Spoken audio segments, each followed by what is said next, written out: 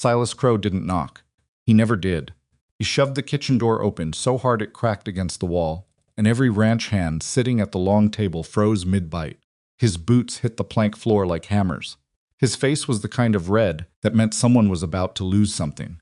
He crossed the room in 4 strides, ripped the rule sign clean off the wall beside the kitchen door, still embedded in the wood, and he held it in front of Eliza Hartwell's face like she was a child who needed the words read aloud to her.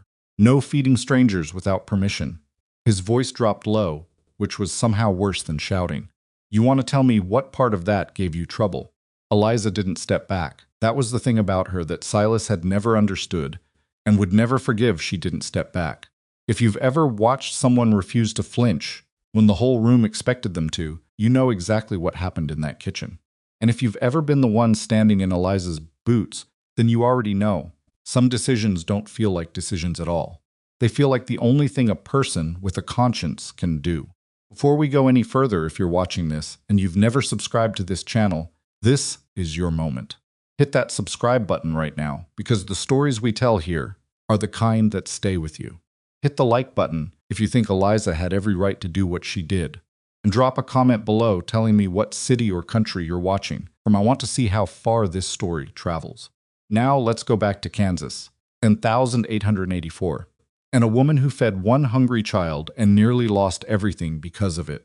Eliza Hartwell had come to Black River Ranch the way most people came to places they didn't entirely choose out of necessity, and with the thin hope that necessity might eventually become something steadier. She was 29 years old. She had been a widow for 4 years, since the fever took Daniel in the winter of 1880, and the grief of losing him had settled into her body the way cold settles into an old house, never fully gone. Just something you learn to live around.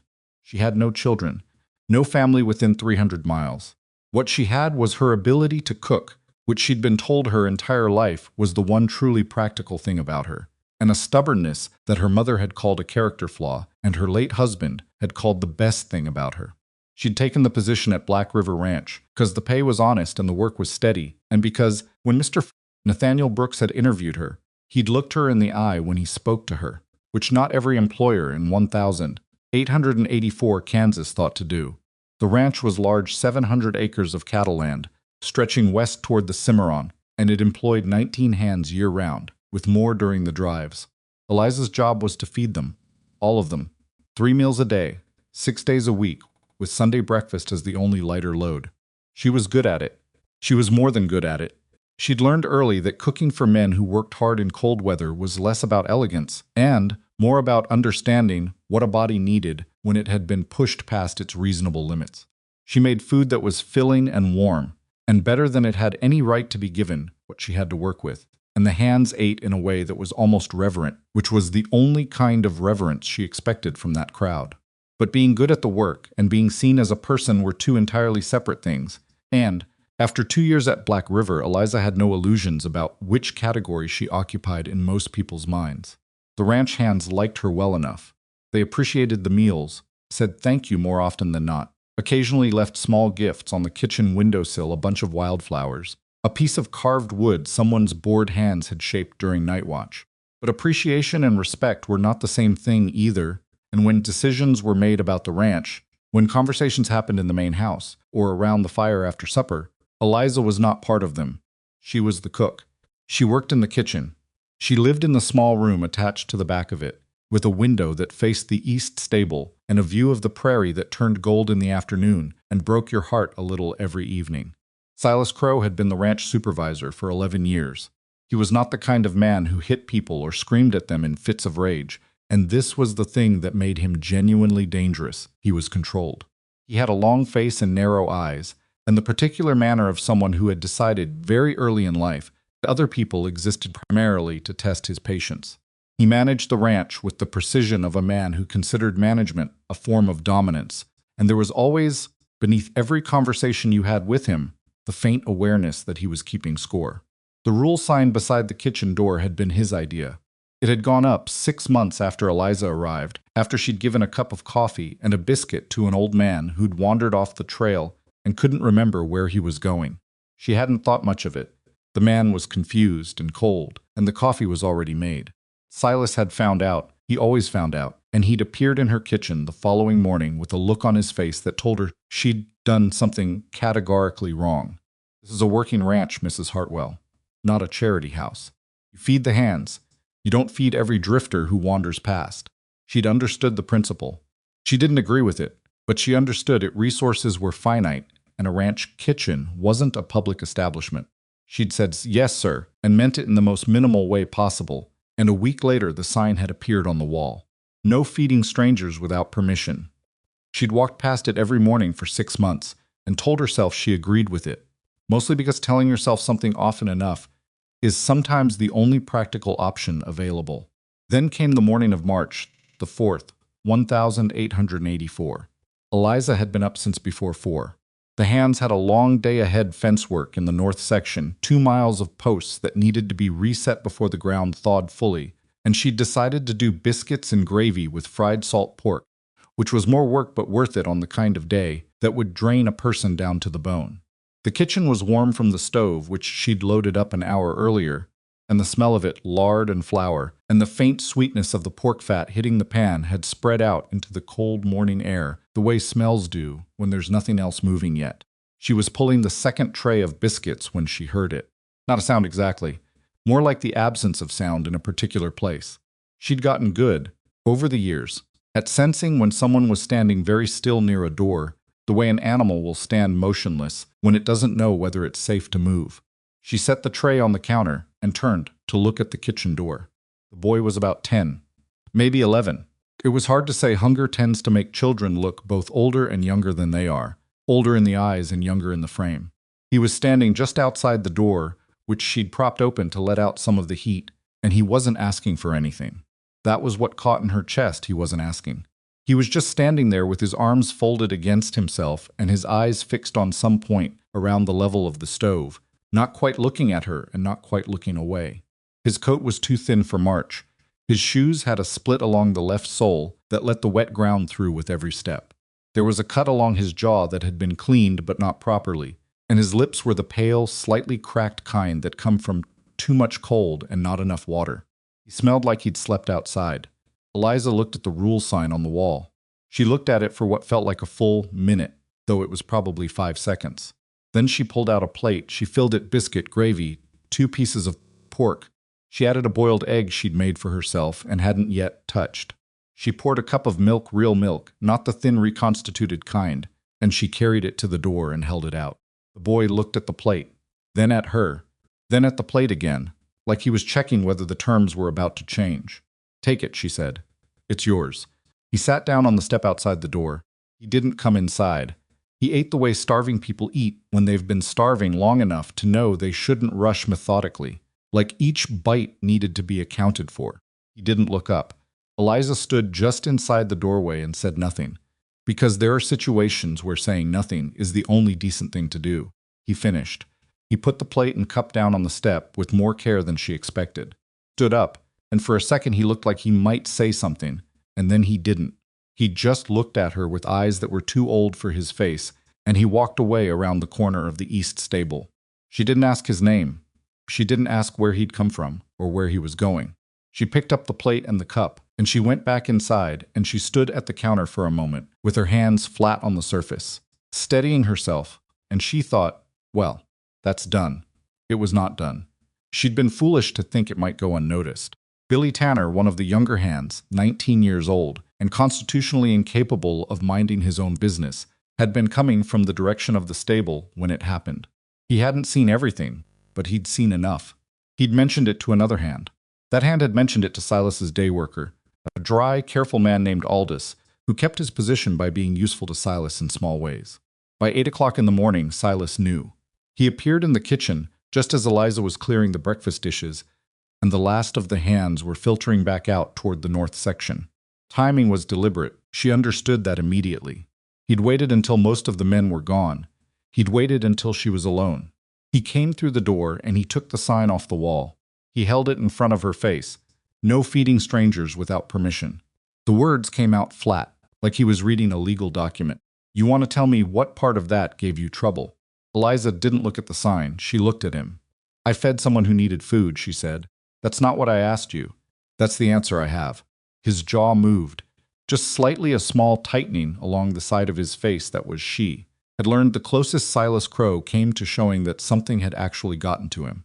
He set the sign down on the counter. Who was the boy? She had thought about this. She'd had the 8 minutes between the boy leaving and Silas arriving to think about what she would and would not say. And she had decided with quiet certainty that she would not give Silas a name, because a name was a thread that could be pulled, and pulled threads had a way of unraveling things that should not be unraveled. I don't know, she said. You fed a child you'd never met. Yes, without asking Mr. Brooks. There wasn't time. There is always time to follow a rule, Mrs. Hartwell. There isn't always time to follow a rule and still do the right thing. The silence after that was a particular kind of silence, the kind that happens when someone says a thing that can't be unsaid, and both people in the room know it. Silas picked up the sign. He looked at it for a moment like he was deciding something. Then he set it back down and said very quietly, "Pack up what belongs to you from this kitchen. You're moving." She stared at him. "I beg your pardon." "The shed behind the east stable. It has a stove. You'll work from there until further notice. That shed hasn't been used and pack up your things."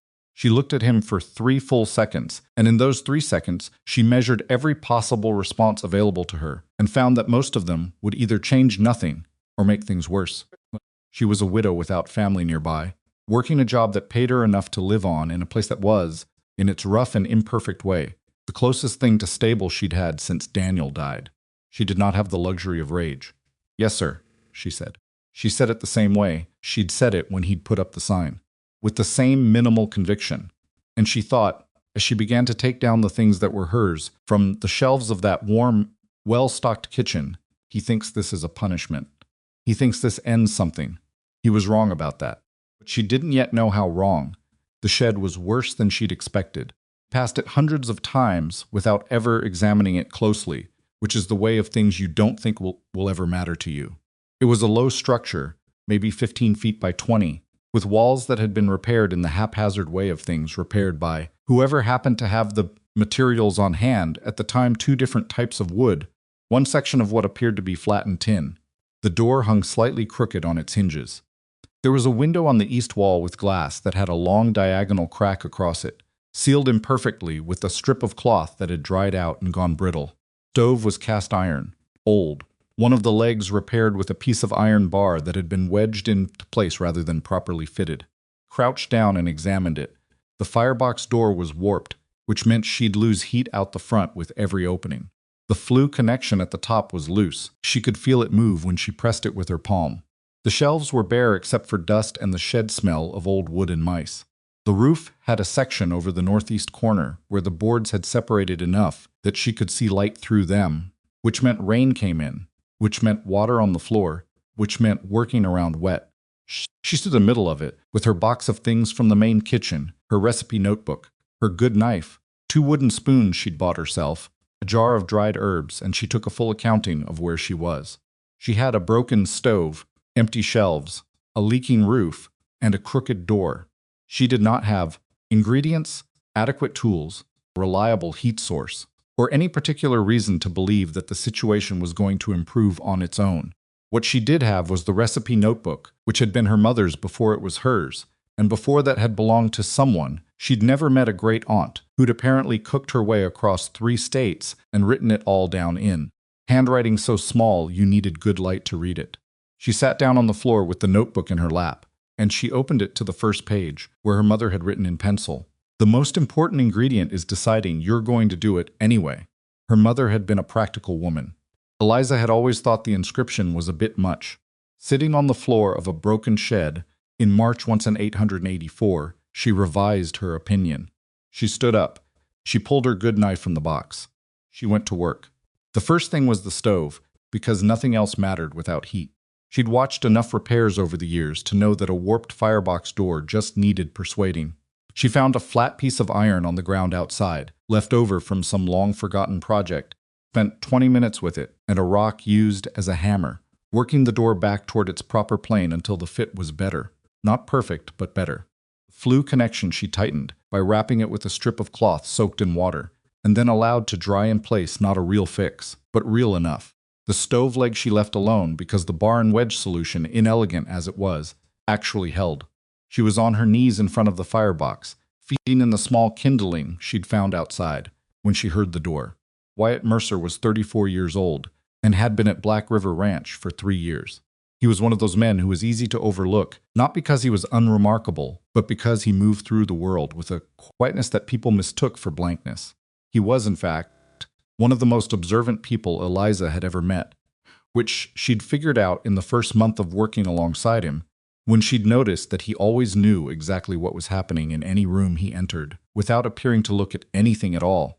He was standing in the doorway of the shed with his hat in his hands, and a look on his face that was not quite sympathy. It was too practical for that, and more like the expression of a man taking stock of a bad situation with the intention of doing something about it.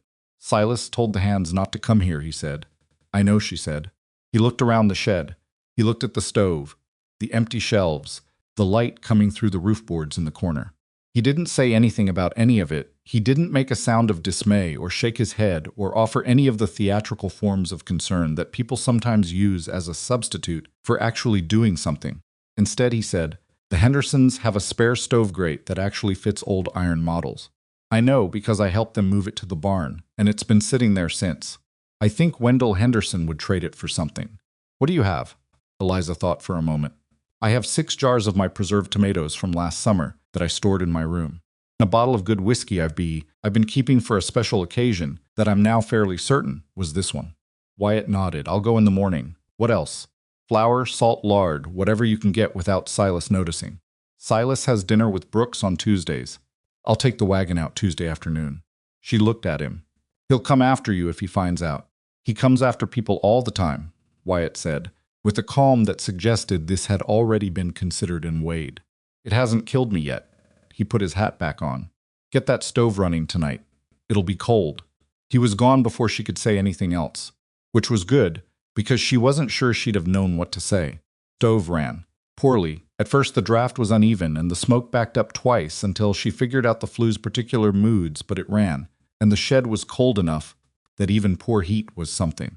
She'd swept the floor with a piece of rough board, pushed the dust and old debris out through the cracked door, and arranged her few things on the empty shelves, with a deliberateness that was partly practical and partly something else, a way of claiming the space, of saying, this is a kitchen now.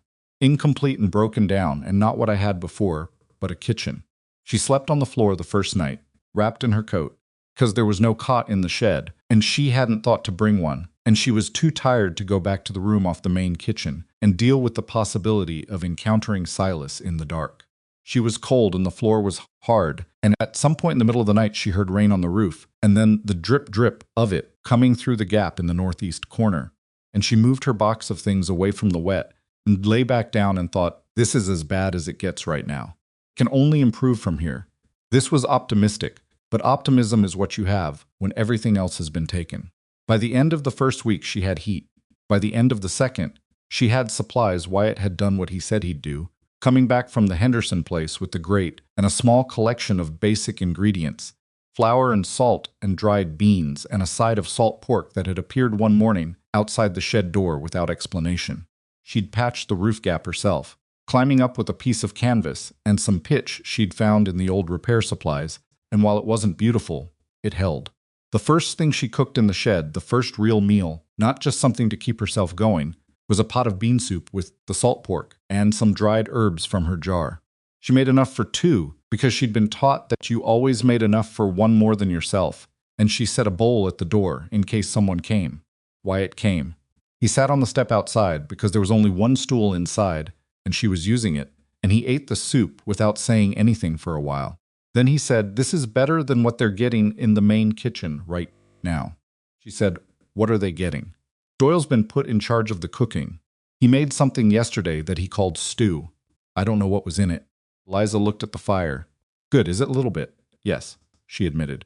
They sat with that for a moment, which was the closest either of them had come to openly acknowledging that Silas had miscalculated, and that the miscalculation was beginning to show. The first ranch hand appeared on a Thursday, 2 weeks after her exile. It was old Pete Duval, 63 years old, who had worked at Black River longer than anyone, and who had a particular relationship with food that had always been personal. He'd grown up poor, the way people grow up poor in Missouri, meaning lean years that leave marks, and whatever Doyle was producing in the main kitchen had apparently crossed a line. Pete knocked on the shed door with his hat in his hand, exactly the way you knock on someone's door when you're not sure you have the right to be there. "I heard you got a stove going," he said. "I do," Eliza said. He looked at the shed behind her. He looked at her. He said, "I got some dried corn in my pack. From my own stores, not the ranches. And I heard Wyatt say you could use fat, and I've got some rendered lard I've been keeping." She opened the door wider. He came in. He sat on the floor. The stove was working well enough by now that sitting on the floor was not uncomfortable, and she made cornbread with his dried corn and a small piece of crackling pork, and they ate it together in a companionable silence that felt to Eliza like something healing that she hadn't known was injured. Pete said before he left, "A few others are going to ask if they can come." "Tell them yes," she said. "Silas, tell them yes," she said again. Pete looked at her with the particular expression that older men get when a younger person has surprised them into respect, a look that is slightly cautious and slightly admiring in equal measure. He put his hat back on. He went. The next day there were 4 hands. They brought what they could: a tin of molasses, a half bag of oats, a sack of dried apples someone's sister had sent in a package. Eliza cooked with what they brought, stretching it, combining things in ways she'd learned from years of making something out of not much, and what came out of that small broken stove in that low-ceilinged shed was better than it had any right to be, which had always been the truth about Eliza's cooking. She started the recipe book then. Not her mother's book, a new one, a rough thing she'd made from paper she'd found in the shed and bound with a piece of cord. She wrote down what people brought and what she made from it, and next to each entry she wrote a name and sometimes a note. Pete Duvall, dried corn, said his mother used to make this in Missouri. Said she'd put rosemary in it, but we didn't have any, and the book began to fill up with not just recipes but histories, small human records, the way every meal had a story behind it if you cared to write it down. Travelers started coming in the 3rd week. The shed sat close enough to the trail that people passing through could smell the fire and the food. And smell, on the frontier in 1884, was a form of invitation that cut through every social barrier you might otherwise construct. The first was a family, a man, a woman, 3 children, heading west in a wagon that had seen one too many difficult miles. They pulled up outside the shed in the late afternoon, and the woman climbed down and came to the door with the particular exhausted dignity of someone who had been struggling for long enough that the struggle had become simply what life was. "We can smell the cooking," she said. "We don't have money. I wanted to tell you that before, in case—" "Come in," Eliza said. "We don't have anything to trade either," the woman said. "Not much. Do you know how to make anything? Any food your family has that's particular to you?" The woman thought. "My grandmother had a way with corn pone, different from what you usually see. She was from Georgia, and she used—" "Write it down for me," Eliza said, and she held out the cord-bound book, open to a fresh page. The woman looked at the book. She looked at Eliza. "Write it down," Eliza said again. "That's all I need." That was when the shed became something other than a shed. It became a place where people left things behind, not food, or not only food, but pieces of themselves, the kind of thing that accumulates in a kitchen that is genuinely open, a recipe, a story, a memory of a meal eaten somewhere else with someone who was gone now. Eliza wrote them all down. She wrote the name beside each one, and sometimes the destination, heading to Colorado. 3 kids. The middle one wouldn't eat at first, and then ate 3 portions, and the book thickened with it. Became a record of the frontier passing through one improbable little shed behind an east stable in Kansas. The ranch hands were all coming now, every evening. Even the ones who'd said nothing when Silas sent her here, who'd looked away at the right moments to avoid having to choose. She didn't hold it against them. She understood there were a lot of ways to survive in a place where someone like Silas controlled the decisions, and looking away was one of them. She didn't hold it against them because she'd done her own version of looking away once or twice, and it was important not to let the memory of it that become too comfortable. But they came, and they ate, and some of them brought things, and some of them just sat for a while in a warm place where nobody was keeping score, and Eliza cooked, and the shed was always full. Silas did not come, but she knew he was watching. She'd caught the shape of him twice at the edge of the east stable, just standing there, looking at the light coming through the cracks in the shed's repaired wall, at the sound of voices that carried out into the evening air. He had the look of a man who had set out to prove a point and found the point being disproved, and the particular fury of such a man is a slow burn. The kind that builds towards something rather than releasing itself immediately. Eliza knew it was coming. She just didn't know what form it would take. She was in the middle of a meal. The shed had 8 people in it, which was 4 more than it was comfortable for. All of them crowded around the stove and sitting on whatever surfaces were available. When Pete Duval leaned in close to her and said quietly, so only she could hear it, that boy came back. She turned. Through the open door, she always kept the door open now, even in the cold, because the warmth that people were used to outside a kitchen was partly the warmth of being welcome. She could see the step. The boy was standing there. He looked better than the first time. His coat was heavier. His shoes were different. Someone had done something proper about the cut on his jaw. But he was looking at the shed with the same expression he'd had outside the main kitchen that first morning, that stillness, that not quite asking. Eliza set down her spoon.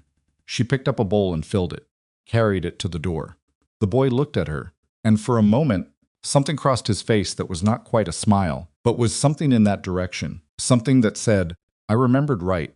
I remembered that this was a safe place. She held out the bowl. What's your name? She asked. He looked at her for a moment, deciding. Noah, he said. Noah Bennett. She nodded.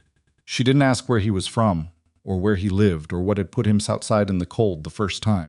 She would learn those things eventually, but some things need to be given freely, and in their own time, and the name was enough for now.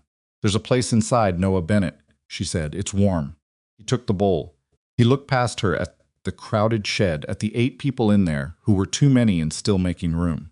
Stepped inside, and in that small moment a hungry boy coming in from the cold, a packed and impractical shed, finding 1 more inch of say Eliza Hartwell, understood something about what this place had become. It was not a kitchen in the way that the main kitchen was a kitchen. It was not a building in the way that a building is just walls and a roof. It was the thing that Silas Crow had accidentally created when he'd tried to punish her into submission. It was a table that nobody had to earn a seat at. And across the cold March evening, the smell of food and the sound of voices drifted out across the Black River Ranch. And if Silas was still standing at the edge of the east stable watching, he would have seen the light inside, steady and warm. And he would have known, though he would not have admitted it. Not then. Maybe not ever, that this was not going the way he'd planned. Eliza had survived. More than that, she had begun. Noah Bennett ate like he was afraid the food might disappear if he looked away from it too long. Eliza noticed this the way she noticed most things about people quietly, without making a point of it, filing it away in the part of her mind that was always taking stock of what a person actually needed versus what they said they needed. He sat on the floor near the stove, with his back against the wall, the bowl in both hands, and he ate steadily and without pausing until the bowl was empty. Then he held it in his lap and looked at the fire in the stove the way people look at fire when they don't want anyone to see what's on their face. She didn't press him. The shed was crowded and loud in the particular way of crowded small places where people have stopped being formal with each other. Pete Duval was arguing gently with one of the younger hands about the right way to salt a piece of pork. 2 of the traveling family's children were asleep in the corner with their coats over them, and Wyatt was mending a piece of harness leather in the corner nearest the door because Wyatt was never not doing something with his hands. Nobody made a particular production of Noah's presence. He was there. There was room. That was the shape of it. It was later, after most people had gone and the fire was lower, and the shed had settled into its night quietness, that Eliza sat down on the floor near him with a cup of coffee and didn't say anything for a while. He spoke first, which she'd suspected he would, once the room got quiet enough. I didn't think you'd still be here, he said. I heard they moved you out. They did. He looked around the shed. This is where they moved you. It is. He was quiet for a moment. Then it's not very good. Wasn't, she said. It's better now. He picked at a loose thread on the knee of his trousers. His hands were the hands of a boy who'd been doing work too heavy for his age. The palms had calluses in places they shouldn't have had them yet. Are you going to ask me things? He said. Not tonight, she said. He looked at her sideways. Most grown people ask things. I know, she said. Most grown people think asking is the same as helping. He chewed on that for a moment. Then he nodded very slightly, like something had been confirmed rather than discovered. The man who moved you out here. He came look. Eliza's hands tightened slightly around her coffee cup. She kept her face still. For you? For whoever I was, he asked around town. Billy Crawford's father told him there was a boy sometimes sleeping in the old mill building off the South Road. He said it flatly, The way children say things they've already processed past the point of visible fear. I didn't go back there after. Where are you staying now? He lifted one shoulder. Different places. She thought about the cut on his jaw, healed now but still visible as a pale line. Thought about the too-thin coat from the first morning, replaced now with something heavier, that didn't quite fit him too wide in the shoulders, someone else's discarded thing. She thought about what a 10-year-old boy needed, that she couldn't just hand him in a bowl, and the limits of what a shed behind an east stable could actually provide. There's a family in the shed tonight, she said, the Duncans, heading to Colorado in the morning. They have 3 children. She paused. I've been letting people sleep here when it's cold, on the floor near the stove. He didn't say anything. I'm not saying you have to, she said. I know you're not. I'm saying there's space and it's warm, and nobody will ask you anything. He looked at the fire again. Then he lay down where he was, using his folded coat as a pillow, and he closed his eyes. And within 10 minutes he was asleep with the efficiency of someone who'd learned to take sleep when it was offered, because it might not be offered again soon. Eliza sat for a while longer. Outside, the Kansas night was cold and flat and very dark, and the shed creaked in the wind the way old structures do, not alarmingly. Just the sound of something that had been standing a long time and knew how to manage the pressure. Thought about Silas Crow going around town, asking about a boy. She thought about what that meant and what it didn't mean, and she decided it meant that she had been right not to give him a name when he'd asked. And that being right about a thing did not necessarily make the consequences of being right any easier. She let the fire die down to coals. She put on her coat. She lay down on her side near the stove and slept badly, which was about as well as she'd slept since the shed. The trouble with Silas Crow was not that he was a stupid man. That would have made him easier to manage. He was, in fact, methodical in the way that made him effective at his job. He tracked things, followed threads, drew conclusions from small evidence with a patience that in other circumstances might have been called a virtue. What made him dangerous was not lack of intelligence, but the particular way his intelligence was aimed, always inward, always toward the maintenance of a hierarchy that placed him several rungs above where he'd have landed otherwise, and which therefore required constant defense. He had watched the shed for 2 weeks. He hadn't approached it or made any overt move, and for a time Eliza had almost convinced herself that he'd decided to let the thing run its course, that he'd calculated, correctly, that a shed with no institutional backing would eventually run out of supplies and collapse on its own, without him having to do anything. It was the kind of thinking she'd have expected from him. But Silas had another calculation running underneath the first one, and she didn't know about it yet. On a Wednesday in late March, Nathaniel Brooks sent for her. She'd seen Brooks at his distance twice since the shed, once crossing the yard from the main house to the stable, once through the kitchen window of the main building when she'd gone to return a borrowed pot. He was 61 years old, the original owner of the ranch, a man who'd built it from a small claim into something real, and who had, in the process of building it, ceded most of the day-to-day management to Silas without fully examining what that cession meant. He was not cruel. That was the most complicated thing about him. He was not a cruel man, just an inattentive one. And in Eliza's experience, inattentive men who held power caused nearly as much damage as intentional ones. The summons came through Aldous, who delivered it with the flat affect of a man who was not paid to have opinions. She wiped her hands on her apron and walked across the yard to the main house. Brooks was in his study, which was the front room of the house, not large but dense with the accumulated evidence of a life lived in one-place maps on the wall, a desk buried under ledgers, a pair of worn boots sitting beside the chair that Eliza suspected never fully made it back to wherever boots were supposed to live. He was standing when she came in, which she took as a mild good sign. "Mrs. Hartwell," he said. He gestured at the chair across from his desk and waited until she sat before sitting himself. A reasonable man's courtesy, she gave him credit for it. "I've been hearing things about the shed," she said. "About the shed." He looked at her. "Silas tells me you've been operating an unauthorized kitchen on ranch property, taking ranch supplies, running what amounts to a public meal service without permission." Eliza kept her voice level. "He's partly right." Brooks raised his eyebrows. He'd expected, she guessed, either denial or apology, and she'd given him neither. "I was assigned to the shed," she said. "I was not given any supplies when I was assigned there. Whatever I've used has been obtained through trade or brought by the people who eat there. I haven't taken ranch supplies. I have used the shed, which was abandoned and empty, and which I was told was my new work location." She paused. As for whether it's unauthorized, I was given no instructions about what I could or couldn't do in the space I was assigned to. I assumed my job was to cook. I cooked. Brooks was quiet for a moment. He had the look of a man hearing a situation reframed in a way that changed its shape, and who was not entirely sure whether to be annoyed at having his shape changed or relieved that the original shape was less solid than he'd thought. Silas says there are strangers on the property. People have come to eat, yes. Travelers, mostly. Some families passing through. That's a liability. If someone comes to harm, has anyone come to harm? He looked at her again. Not that I've heard. The people who've come have been fed and rested and moved on, she said. Several have done work on the shed. In exchange, one man repaired the roof properly. Another replaced the door hinge. I didn't ask them to, they offered. People are not generally looking to cause trouble when someone's fed them.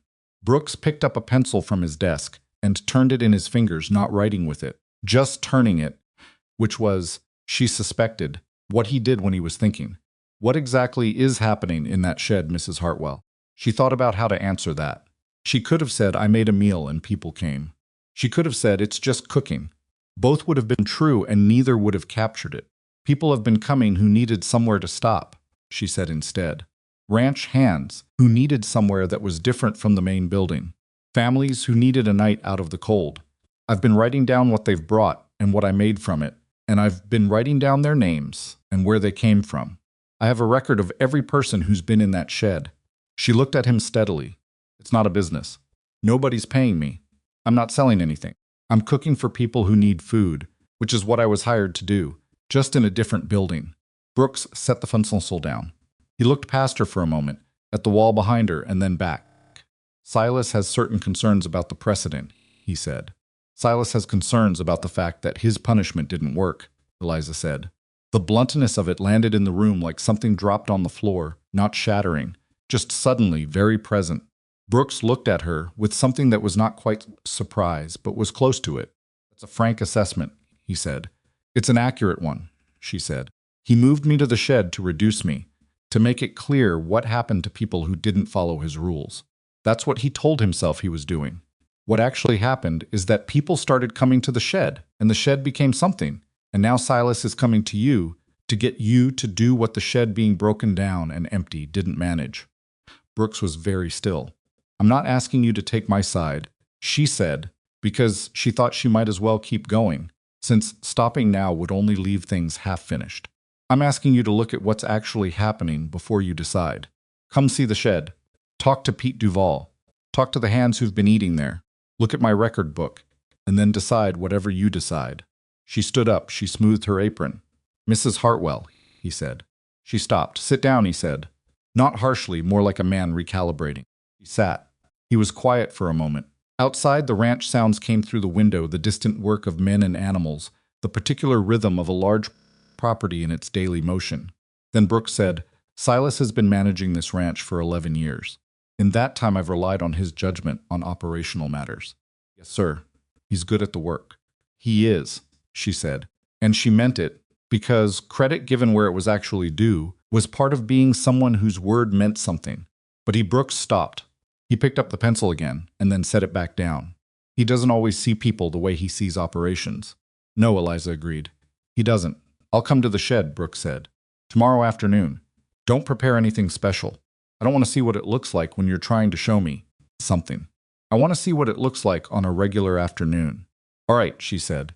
She walked back across the yard in the thin late March sunlight, and she did not allow herself to feel anything about the conversation until she was inside the shed with the door shut. And then she sat down on the single stool and put her hands flat on her knees and breathed for a full minute. Could go either way. She knew that. Brooks was not her enemy, but he was not reliably her ally either. And a man who had deferred to Silas Crow for 11 years had 11 years of habit working against any change of direction. Whatever he saw tomorrow, he would see it through the lens of that history. Picked up the cord-bound record book. She leafed through it, the names, the trades, the small stories she'd written in the margins. Family of 5, the Duncans, heading west. Youngest child has a cough, gave them the last of the dried ginger. Old man alone, said his name was Cooper Smith, wouldn't take charity, fixed the shed window in exchange for soup, did better work than I could have done myself. Pete Duval, third visit, Brought his own tin cup. I think he's decided this is his regular dining establishment. Counted 47 names. 47 people in less than a month, in a shed behind an east stable, in a place where Silas Crow had meant for nothing to happen. Put the book down. She went back to work. Silas came to the shed himself the following morning, which she had not anticipated, and which told her he'd found out about Brooks's intended visit and had decided to move first. He came alone without Aldous, which was unusual. Silas generally preferred a witness. He stood in the doorway and looked at the shed the way he looked at everything, as an object of assessment, a thing to be measured against a standard that only he had full access to. Mrs. Hartwell, he said. Mr. Crow, she said.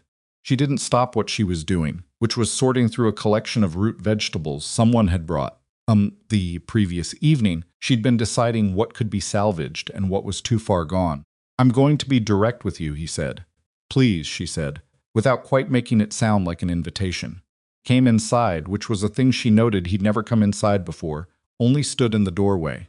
He looked around at the repaired walls, the fuller shelves, the stove with its steady burn, the two mismatched stools, and the collection of odds and ends that had accumulated the way things accumulate in a place people actually use. You've made something of this, he said, and the way he said it was not a compliment, it was more like an admission he resented having to make. I did my job, she said. You've gone considerably past your job. Depends on what you think my job is. He clasped his hands behind his back. The ranch supplies. There are no ranch supplies here, she said. Check whatever you want to check. Everything in this shed was traded for or brought by someone or repaired by hand. I can show you the record. He didn't ask to see it. People you're bringing onto this property, I'm not bringing anyone. They come because they can smell the fire and the food. That's been true of kitchens since there were kitchens. They're a liability. You keep saying that. Has anyone been harmed? That's not the point. What is the point, Mr. Crow? He looked at her then, directly, with the full weight of 11 years of unchallenged authority behind it, the kind of look that was meant to be a wall, something you bounced off of and reconsidered your direction. Eliza looked back. She had the feeling, not for the first time, that Silas Crow had looked at her this way many times before, and had always had it work, that people generally did bounce off and reconsider, and that her consistent failure to bounce had become, over the course of the past month, a problem he didn't know how to solve by the methods he knew. Point, he said, carefully, is that this cannot continue the way it is currently running. You are operating outside of any structure or oversight. You have no authorization. You are on ranch property, using a ranch building, with no formal arrangement with Mr. Brooks. I understand that, she said. I have a meeting with Mr. Brooks this afternoon. Something shifted in his face. Not much. Silas wasn't a man who let much show, but something, he said. Then, you know I'm not trying to go around the process, she said. I'm trying to go through it. He was quiet for a moment. The fire crackled in the stove. Outside, horse moved in the stable, making the particular restless sound that horses make in the middle of the day when they've been standing too long. There are people in this county, he said, with resources and influence, who have an interest in this area, in the land, and what's done with it. He paused. They don't appreciate irregularities. Eliza set down the turnip she'd been holding. What people? People whose names it's not useful for me to give you. Then why bring it up? Because I'm giving you information, he said, and there was something in his voice that was almost not hostile. About the landscape, about the forces at play that you may not be aware of because you've been focused on your shed and your meals and your very touching record book. She looked at him. Are you warning me? He picked up his hat, which he'd set on the edge of the shelf when he came in, turned it in his hands once, the way Brooks turned his pencil. I'm telling you that Mr. Brooks coming here tomorrow afternoon is not the largest thing happening in connection with this property right now, he said. That's all. He left. Eliza stood in the middle of the shed and turned that conversation over in her mind, looking at it from different angles, the way you turn a piece of evidence to see what it looks like in different light. Silas had come alone, without a witness. He'd looked at her record book comment and not asked to see the record. He'd mentioned people with resources and influence as if it were relevant information, not a threat. She didn't know what to make of it exactly. She knew only that Silas Crow, who had never in her experience done anything without a calculated reason, had come to her shed to deliver a piece of information he wasn't required to give her, and that meant the shape of things was more complicated than she'd previously understood. She went back to the vegetables. She saved what could be saved. Brooks came at 3 in the afternoon as he'd said he would. She had not prepared anything special. The shed was exactly as it was on any regular afternoon, the stove going with a pot of dried bean soup she'd been building since morning, the shelves holding what they held, 2 stools and the floor and the cord-bound book on the shelf beside the dried herbs. Pete Duval was there, as he generally was by mid-afternoon. Noah was in the corner, doing something with a piece of rope that one of the hands had shown him to keep his hands occupied. A woman named Marjorie Felt, who lived on a small farm 4 miles east and who had started appearing twice a week with eggs and a very specific need to talk to someone who wasn't her husband, was sitting on the floor with her back against the wall, and she and Pete were in the middle of a conversation about whether dried beans were better before or after soaking that had clearly been going on for some time. Brooks stood in the doorway and took it all in.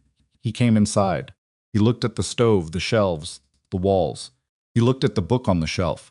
"May I?" he said, gesturing at it. Eliza handed it to him. He read it the way people read something they're not sure what to do with, carefully, slowly, going back to reread things. Turned pages. His expression didn't change much, but she watched his hands, and after a few minutes the slight tension she'd noticed in them when he walked in was gone. Closed the book. He handed it back. He looked at Pete. "How's the main kitchen these days, Pete?" Pete considered his answer for a moment, with the gravity of a man being asked to testify. "Doyle's doing his best," he said. "But his best is," he paused. "Well, sir, his best is a reason I come here." Brooks almost smiled. "Not quite, but almost." He looked at Noah. "You live on the ranch?" "No, sir," Noah said. "Where do you live?" Noah looked at Eliza. She gave him nothing. It was his to answer or not answer. "Around," Noah said. Brooks looked at Eliza. She looked back at him with an expression that said, "This is a boy, and he's safe here, and that's as much as you need right now." Brooks nodded once, slowly. And the nod was not permission exactly, but it was something in that direction, an acknowledgement that the situation was what it was, and that what it was not, perhaps, the problem. Stayed for 20 minutes. He accepted a cup of coffee. He talked to Marjorie Felt about her farm in the way that a person who is actually listening sounds different from a person who is performing listening. And Eliza watched him do this and thought, he's a better man than the version of him I built in my head during the hard weeks. Not that the hard weeks weren't real, but people are rarely fully one thing. He left without making any decisions out loud, which she'd expected. He was not a man who announced things in the room where he'd decided them. The decision came the next morning, through Aldous again, in a note this time rather than in person, Mr. Brooks wishes to formalize the arrangement at the shed. You will continue in your current capacity, with access to a basic allotment of ranch supplies to be determined. The shed is to be considered part of the ranch's operations. Silas Crow has been informed. Eliza read the note twice, folded it, and put it in the pocket of her apron. She thought about what Silas had said. There are people in this county with resources and influence. She thought about the word formalize in Brooks's note and how formalizing something was a protection and also, sometimes, a way of making something visible to people who hadn't previously needed to look at it. She thought, this is good, this is progress. She was right about both things and also right to be uneasy, and the two truths sat side by side in her, like the two sides of an old wound, healed on the surface and still complicated underneath. It was Wyatt who told her about Harlan Voss. He'd come back from a supply run to Caldwell on a Friday afternoon in early April, and he came into the shed with the supplies and a look on his face that was more careful than usual, which on Wyatt's face was notably careful. He waited until the shed had cleared in the evening, and it was just the two of them, and then he set a piece of paper on the shelf beside her. It was a printed notice, the kind that got posted in town, on the boards outside the general store and the land office. Caldwell Land and Development Company. Notice of intent to survey and assess properties along the Black River corridor for commercial development. Representatives of the company will be present in the county from April 15. She read it. She read it again. "Who is the Caldwell Land and Development Company?" she said. "From what I heard in town," Wyatt said, "it's a group of investors out of Wichita. They've been buying up property along river corridors for 2 years, building way stations, commercial stops. They find a place where there's foot traffic, which there is along this trail, and they buy it or pressure it, and then they build something profitable. And they're coming here. They're coming to this area," Wyatt said. "Whether they're coming specifically here," he stopped. "The man who told me in town. He said a company representative had been at the land office 2 weeks ago, asking properties in this area. He said the Black River Ranch came up." Eliza looked at the notice. She looked at the shed around her, the repaired walls, the steady stove, the shelves that were no longer bare, the cord-bound book with its 47 names that had since grown to more than 60. Thought about Silas saying, "They don't appreciate irregularities." She thought about the word formalize again, and she thought, Silas knew. He knew when he came here alone without a witness. He knew, and he told me in the only way he was willing to tell me, which was sideways and without commitment, because Silas Crow was a man who always left himself a way out, but who had, in that moment, felt something obligation perhaps, or something close enough to it that the difference didn't entirely matter. "When do they arrive?" she said. "April 15 is 10 days, Wyatt said. Picked up the notice. She folded it and put it with the folded note from Brooks in her apron pocket. "All right," she said. "Eliza," Wyatt said, and the way he said her name careful, the way you say someone's name when you want to make sure they're actually hearing, you made her stop. She looked at him. "What they do," he said, "when they find a place with foot traffic, with something already working, they don't usually destroy it. They buy it, or they offer to. They make it look like a good deal." He paused. "And then they own it. And what it was before they owned it stops being what it was." She held his look. He was not telling her something she hadn't already started to understand. He was making sure the understanding was solid. "The table," she said. "Not a question," he said, "the table."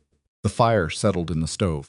Outside, the Kansas night was very still, the way it gets in early April when the wind takes a night off, and everything is just cold and quiet and waiting. Cord-bound book. 60-some names, 60-some small histories, 60-some people who had come through that door and found the thing that the door had been offering since the first morning she'd filled a plate and held it out to a boy who hadn't asked. Nobody had to prove they deserved a seat at that table. That was the whole of it, simple and absolute.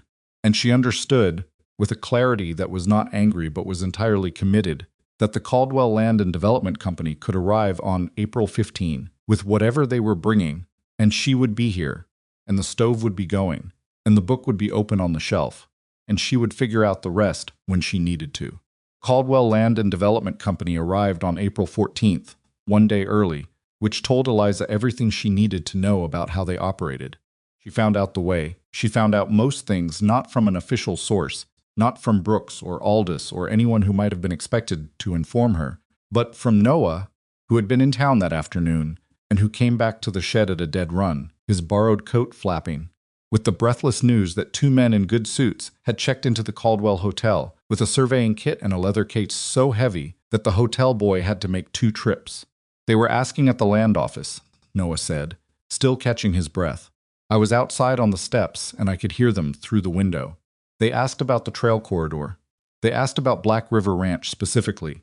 Eliza set down the spoon she'd been holding. "Did they ask anything else?" "One of them asked about a kitchen operation on ranch property. Called it a Noah, screwed up his face, remembering an informal food establishment, like he was reading it off a paper." She was quiet for a moment. Then she said, "Sit down and eat something," because Noah's hands were shaking slightly, and she couldn't tell if it was cold or nerves or both, and either way the answer was the same. He sat. She filled a bowl.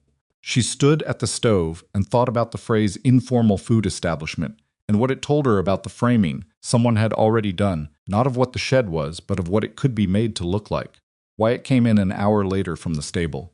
He'd heard it from a hand who'd been in town. Stood in the doorway with the particular still that meant he was managing something internally before he put words to it. "One of them is named Harlan Voss," he said. "He's the one who's been running their acquisitions for the past 2 years. You know him?" "Know of him. He bought out the Mercy Creek Supply stop 2 counties over. The family who ran it thought they were taking a partnership deal. Within 6 months, Voss had the property, and they had enough money to move on and nothing else." He paused. "He's good at it. That's the thing. Doesn't threaten them. He talks to them like he's doing them a favor." Eliza turned back to the stove and adjusted the heat under the pot with a small, precise movement. "What does he want with the shed?" "Not the shed," Wyatt said. "Location, the foot traffic. The fact that something's already working here means he doesn't have to build from scratch. He comes in, offers Brooks a deal, gets the property or the rights to it, puts up a proper commercial stop, charges for meals and beds, and keeps the name of whatever was here before as a kind of advertisement, while making it into exactly what it isn't," she said. "That's about right." Noah had stopped eating.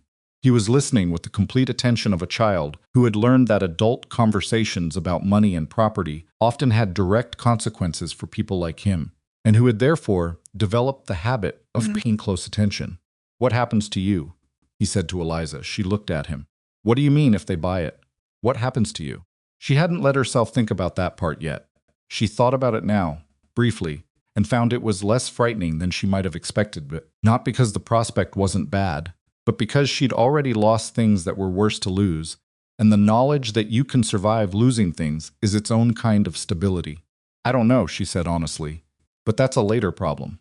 Right now the problem is April 15th. Harlan Voss appeared at the shed the following afternoon. He was not what she'd built in her mind from Wyatt's description. She'd expected someone louder, more obviously constructed the frontier version of a man performing respectability.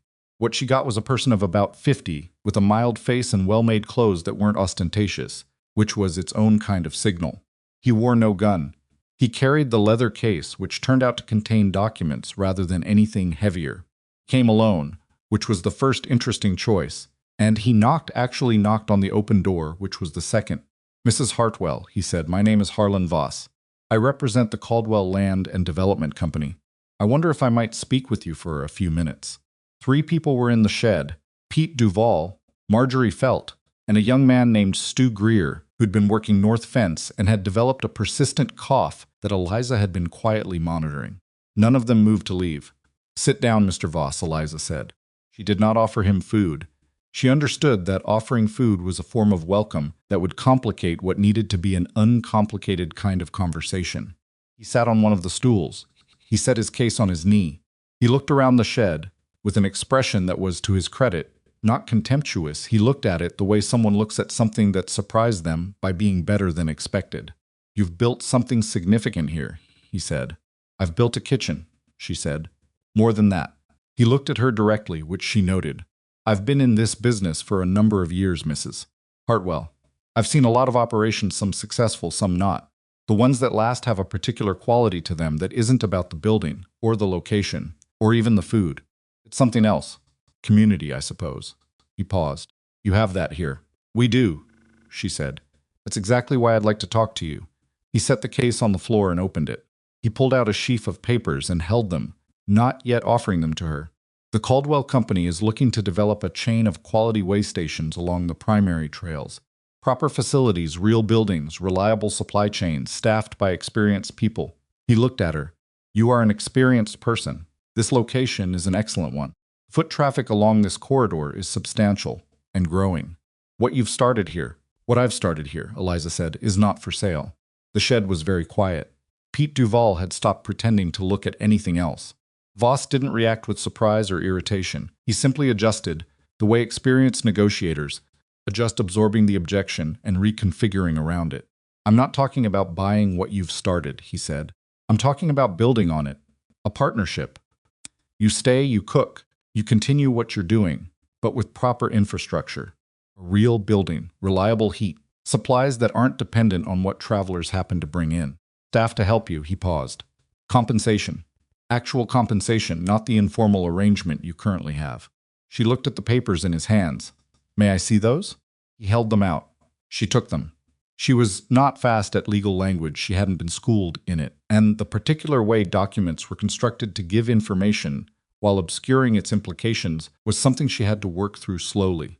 She read the first page, and the second, and partway through the third, before she found what she was looking for, buried in a subsection about operational oversight, clause that gave the Caldwell Land and Development Company final authority over all food service decisions, pricing structures, and admission policies.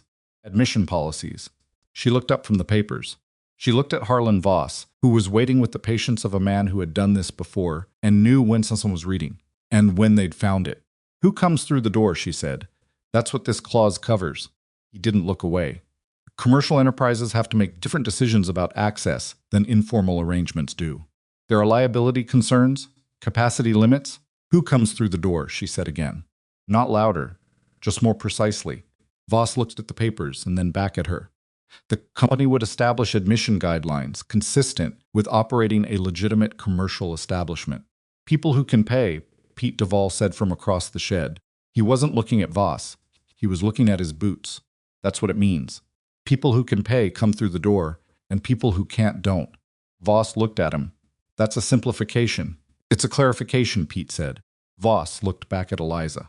He had the face of a man recalibrating again. But this time, the recalibration had something different in it, not frustration, exactly, but a faint surprise, as though he'd expected the objection to come from a different place than it had. Mrs. Hartwell, he said, I want to be direct with you. You are running this kitchen on property that Mr. Nathaniel Brooks owns. Whatever arrangement you currently have with Mr. Brooks is informal and therefore fragile. The Caldwell Company is in discussions with Mr. Brooks about the broader ranch property. Those discussions will proceed regardless of what happens in this conversation. He paused. What this conversation determines is whether you are part of what comes next or not. She set the papers down on the shelf beside her. I appreciate the directness, she said. Let me return it. I understand what you're offering, and I understand what it actually means, which is that the thing this shed is the reason the people in it are here, and not somewhere else would end. You'd keep the building and the location and put a sign on it and charge what the market will bear, and that's your business, and you're entitled to it. Don't ask me to tell you it's what I've built, because it isn't. She looked at him steadily. So no, not as written, not close to as written. Voss held her look for a moment. Then he picked up the papers, straightened them, put them back in his case. I'll be speaking with Mr. Brooks this week, he said. Stood. He picked up his hat. I want you to know that my preference would be to have this work out well for everyone involved. That's not a negotiating position. It's simply true. I believe you believe that, she said. He looked at her for one more moment, and in that moment she saw something cross his face that was almost respect. In the complicated way that people who are very good at their work sometimes respect the person who is making their work harder. He left. The shed let out a collective breath. Pete Duvall looked at Eliza. He's going to go talk to Brooks. I know, she said. Brooks might take the deal. He might, she said. And then what? She picked up her spoon. She went back to the pot, which needed attention regardless of what was happening around it. And then we figure out what comes next, she said. Same as always. What she didn't tell Pete, what she didn't tell anyone for 3 days, was that she was more frightened than she'd been at any point since Silas had taken the sign off the wall and told her to pack her things. The difference was that then, she'd only been standing to lose her position and her comfort. Now she was standing to lose something that belonged to other people too, and the weight of that was a different order of thing entirely. She kept it in the part of herself where she kept things that weren't ready to be examined yet, and she worked and she watched. Brooks called her to the main house again on Thursday. She walked across the yard in the sharp April morning, and this time she noticed Silas watching from the stable door, not trying to be unseen, just standing there, watching her walk. His face gave her nothing. She gave him nothing back. Brooks was at his desk when she came in. Voss was not there. Neither was anyone else, which she took as a sign that whatever was happening was not yet a closed matter. I've heard from Harlan Voss, Brooks said. I expected you had. He made a substantial offer. For the trailfront property, specifically not the main ranch, just the corridor strip that includes the shed location. He looked at her over his desk. It would settle a significant debt I have against the property. She kept her face still. I see. He also told me that you refused his partnership proposal. I did. Will you tell me why? She thought for a moment about how to say it in a way that would reach him. He would decide who comes through the door, she said. That's the core of it. Right now, anyone who comes, comes. The family that can't pay comes. The old man who's confused comes. The boy, she stopped. The people who need it most come. Under Voss's arrangement, those people don't come, because those people don't have money, and a commercial enterprise runs on money. The location stays. The building gets better. The food might even be good. But the thing that makes this what it is that ends. Brooks was quiet. That's not a business argument, she said. I know it isn't. I'm not going to pretend I can compete with Harlan Voss's financial offer on financial terms. I can't. What I can tell you is that the 63 people in that record book, and the number is higher now, it was 63 when I last counted, and I haven't counted recently, none of them would have come to a commercial establishment. Several of them would have had nowhere else to stop. Brooks picked up his pencil, set it down, picked it up again. The debt, he said, not looking at her. How much, she said. She said it quietly, without judgment, because she'd guessed there was a specific number and that it mattered. He told her. It was not a small number. It was the kind of number that made the pressure real and the decision genuinely hard, and she did not let herself look away from how hard it actually was. "Give me 2 weeks," she said. He looked at her. "For what?" "I don't know yet," she said honestly. "But give me 2 weeks before you decide." He was quiet for a long moment. Then he said, 10 days, Mrs. Hartwell. That's what I can give you." She nodded. She stood up. She walked back across the yard with the number Brooks had told her, sitting in her chest like a stone, and she went into the shed and shut the door and stood there for a moment in the warm smell of the fire and the food. And she thought, all right, 10 days, it was Noah who told her about Calvin Rhodes. She hadn't asked him to find anyone. She'd been thinking out loud, more than anything sitting in the shed on the second evening, after the Brooks meeting, with just Noah and Wyatt present, turning the situation over in words, because sometimes turning something over in words showed you an angle you hadn't seen by thinking alone. She'd explained the debt, the offer, the 10-day window, without any particular expectation of a solution appearing. Noah had listened with his arms around his knees, watching the fire, and then he'd said, "There's a lawyer in town. He did something for Mrs. Greer when the bank tried to take her farm." She said he was the kind of lawyer who didn't care if you had money, as long as he thought you were right. "What's his name?" Eliza said. "Calvin Rhodes." She looked at Wyatt. Wyatt said, "I've heard of him. He's young. He's been in Caldwell about a year." "Is he good?" "I don't know," Wyatt said. "I heard he won the Greer case." "Against the bank," Noah added. Mrs. Greer said everyone told her not to bother trying, and then Rhodes found something in how the loan papers were written, and the bank backed down. He paused, cried when she told me, but happy crying. Eliza looked at the fire for a moment. She looked at the cord-bound book on the shelf. "Tomorrow morning," she said to Wyatt. "Can you take the wagon to town?" "Yes," he said. "Then I'm going to talk to Calvin Rhodes." Calvin Rhodes was 28 years old and had the slightly rumpled quality of someone who spent more time reading than sleeping, which was confirmed by the state of his office, which was a single rented room above the land office that was so thoroughly occupied by books and papers that the desk itself was mostly a surface for more books and papers to live on. He had a quick, careful manner and the kind of eyes that moved around a room taking notes. He listened to Eliza for 20 minutes without interrupting. She laid it all out: the shed, the record book, the Voss offer, Brooks's debt, the 10 days. She set the cord-bound book on his desk, and he opened it and read sections of it the way Brooks had, slowly with genuine attention. When she finished, he was quiet for a moment. Then he said, "The record book is interesting." "How so?" "Voss's claim, and the claim he'll use with Brooks, is that the shed operation is an informal, unauthorized arrangement on private property, which makes it easy to either fold into a commercial deal or simply end. If it's informal, it has no standing." He looked at the book. "But this isn't informal. This is a documented mutual exchange arrangement. Every person who came through traded something: a recipe, a story, labor, food. You have their names, the dates, what was traded. It isn't charity, and it isn't a business. It's something else." "What is it?" Eliza said. Rhodes looked at her. "I'm not entirely sure yet, but I think it might be something the Caldwell Company doesn't have an easy legal handle on." He paused. "Can I keep this overnight?" "Yes," she said. She went back the next morning. He'd clearly been up most of the night. There were 3 empty coffee cups on the desk, and he had the slightly electric quality of someone running on the back end of an idea. "The families who did work on the shed," he said before she'd fully sat down. "The man who fixed the roof, the one who replaced the door hinge. Did you write that down?" "Yes." "Did they sign anything?" "No." He tapped the desk. "Doesn't matter. You wrote it. You wrote their names. They'll testify to it."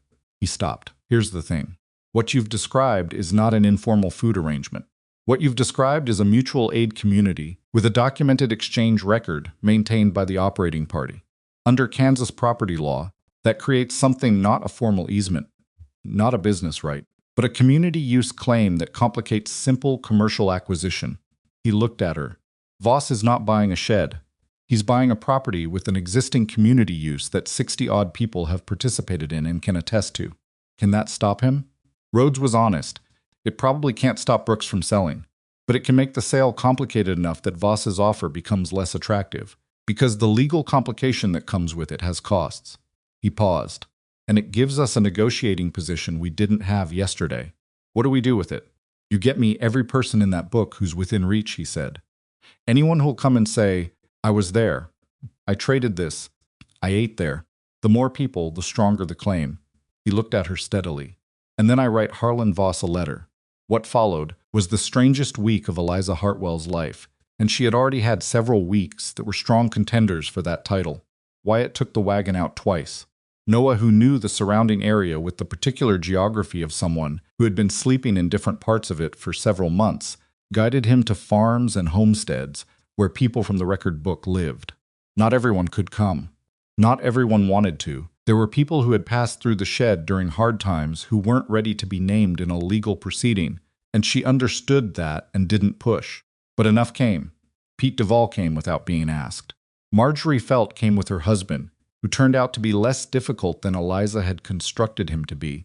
Just a tired man who hadn't expected his wife to have done something that mattered. The family that had fixed the roof, the father, a quiet man named Ed Caswell, drove in from his farm with a neighbor and sat in Rhodes's cramped office and explained what work he'd done and why he'd done it. "She fed my family when we needed it," he said. Fixing a roof wasn't even close to square. Rhodes wrote everything down. He was good at it, asking the questions that drew out the specific details that were legally useful without making people feel like they were being used. Eliza watched him work and thought, he believes in this, not just as a case, as a thing worth winning. She asked him about that on the fourth day when the office had emptied and they were going over what he had. "Why did you take this?" she said. "I don't have money for your fee." He looked up from his papers. "Mrs. Greer didn't either," he said. "That's not an answer." He looked at her for a moment. "I took the bar in Kansas because I thought there was work to do here. Real work not for companies or land interests, but for people who don't have the tools to fight what's happening to them." He paused. "You had a record book. Most people don't even have that. When you walked in here with that record book and 63 names, I knew I could do something." He picked up his pen. "That's the answer." On the sixth day, he sent the letter to Harlan Voss. She didn't see the letter before it was sent. Rhodes wrote it on his own and sent it through our channels. But he told her what was in it: a formal notice of community use claim on the shed property, supported by testimony from participants, requesting that any proposed acquisition of the Black River Ranch Trail corridor property be held pending review of the claim's legal standing. Voss's response came on the 8th day. Not to Rhodes, but to Eliza directly, a note delivered to the shed by a hired writer, which was itself an interesting choice. She opened it. "Mrs. Hartwell, I appreciate the sophistication of the approach, and I respect the counsel you've engaged. I would like to meet with you again, without lawyers present, to discuss whether there is a version of this arrangement that addresses your concerns. I remain interested in finding something that works for all parties. H. Voss." She read it twice. She showed it to Wyatt and then to Rhodes. Rhodes said, "He's worried about the claim. Not enough to walk away, but enough to come back to the table. Should I meet with him?" "Yes," Rhodes said, "but not without me. Whatever he says about without lawyers, he'll have his own counsel reviewing everything he agrees to. You should have the same," he said, "without lawyers." He said it like it was a courtesy. Rhodes, "It's a tactic." "Don't go alone," she wrote back, "Mr. Voss. I am willing to meet. My counsel will accompany me. E. Hartwell." The meeting was set for April 25th, which was the day before Brooks's 10-day window closed. The night before the meeting, Noah found Eliza sitting outside the shed on the step, in the cold, looking at the Kansas dark. He sat down beside her, without asking if that was all right. She'd noticed was how he operated. He didn't ask for permission for small presences, only for larger ones. And this had turned out to be the right calibration for her.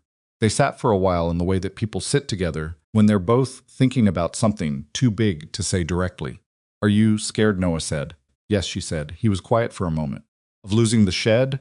Of all the people who have a stake in it, not knowing there's a meeting tomorrow that decides things?" She looked at him. "Most of them don't know. The Caswells don't know. Marjorie doesn't know. They came and gave their stories, and then they went back to their lives." She paused. "If this goes wrong tomorrow, I'll know, and they won't. Not right away. And that feels unbalanced." "You could tell them," Noah said. "There isn't time. Then you do it for them without them knowing," he said. "That's just what it is sometimes." She looked at him. 10 years old, or 11, sitting outside in the April dark with his borrowed coat and his old eyes, explaining the nature of acting on behalf of people who can't be present. "When did you get so practical?" she said. He looked at the ground. "I've had to be," he said. She nodded. She didn't push on it. Some things needed to be given in their own time, and this was one of them. Inside, the stove was going. The fire had been going every night since March, steady through rain and cold and wind, and every form of disruption that Silas Crow and the Caldwell Land and Development Company had introduced into what had been, at the beginning, a simple decision to fill a plate. She looked at the light coming through the gaps in the shed wall. Warm light, imperfect, the kind you got from a stove that had been repaired with a piece of iron bar and a strip of cloth in 2 months of daily use. Not clean or beautiful, just steady. She would walk into that meeting tomorrow.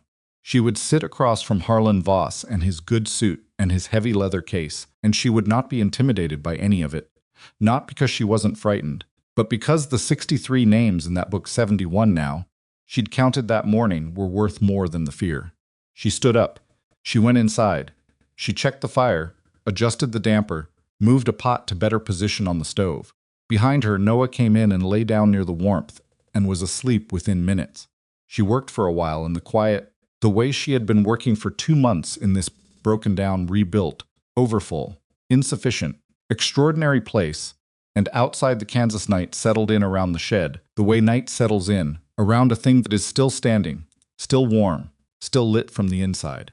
The meeting was held in the back room of the Caldwell Hotel, which was the nicest room available in a town, where nicest was a relative term, a square space, with a table large enough for 6 people, 2 windows that looked out onto the alley, and a coal stove that had been burning long enough that the room was slightly too warm, which Eliza suspected was not an accident. Voss was already seated when she and Rhodes arrived. He had his leather case, and a man beside him she hadn't seen before, older, with the careful, economical manner of someone who had been doing legal work for a long time, and had lost the habit of unnecessary expression. Voss introduced him as Mr. Garrett, his company counsel. He did this without any apparent awareness that it contradicted his letter's request for a meeting without lawyers, or perhaps with full awareness, and no concern about the contradiction, which amounted to the same thing. Rhodes pulled out Eliza's chair before sitting in his own. She noticed Voss noticed this, a small recalibration in his assessment, she thought, of who exactly he was dealing with. "Thank you for coming, Mrs. Hartwell," Voss said. He looked at Rhodes. "Mr. Rhodes." He folded his hands on the table. "I'll be straightforward.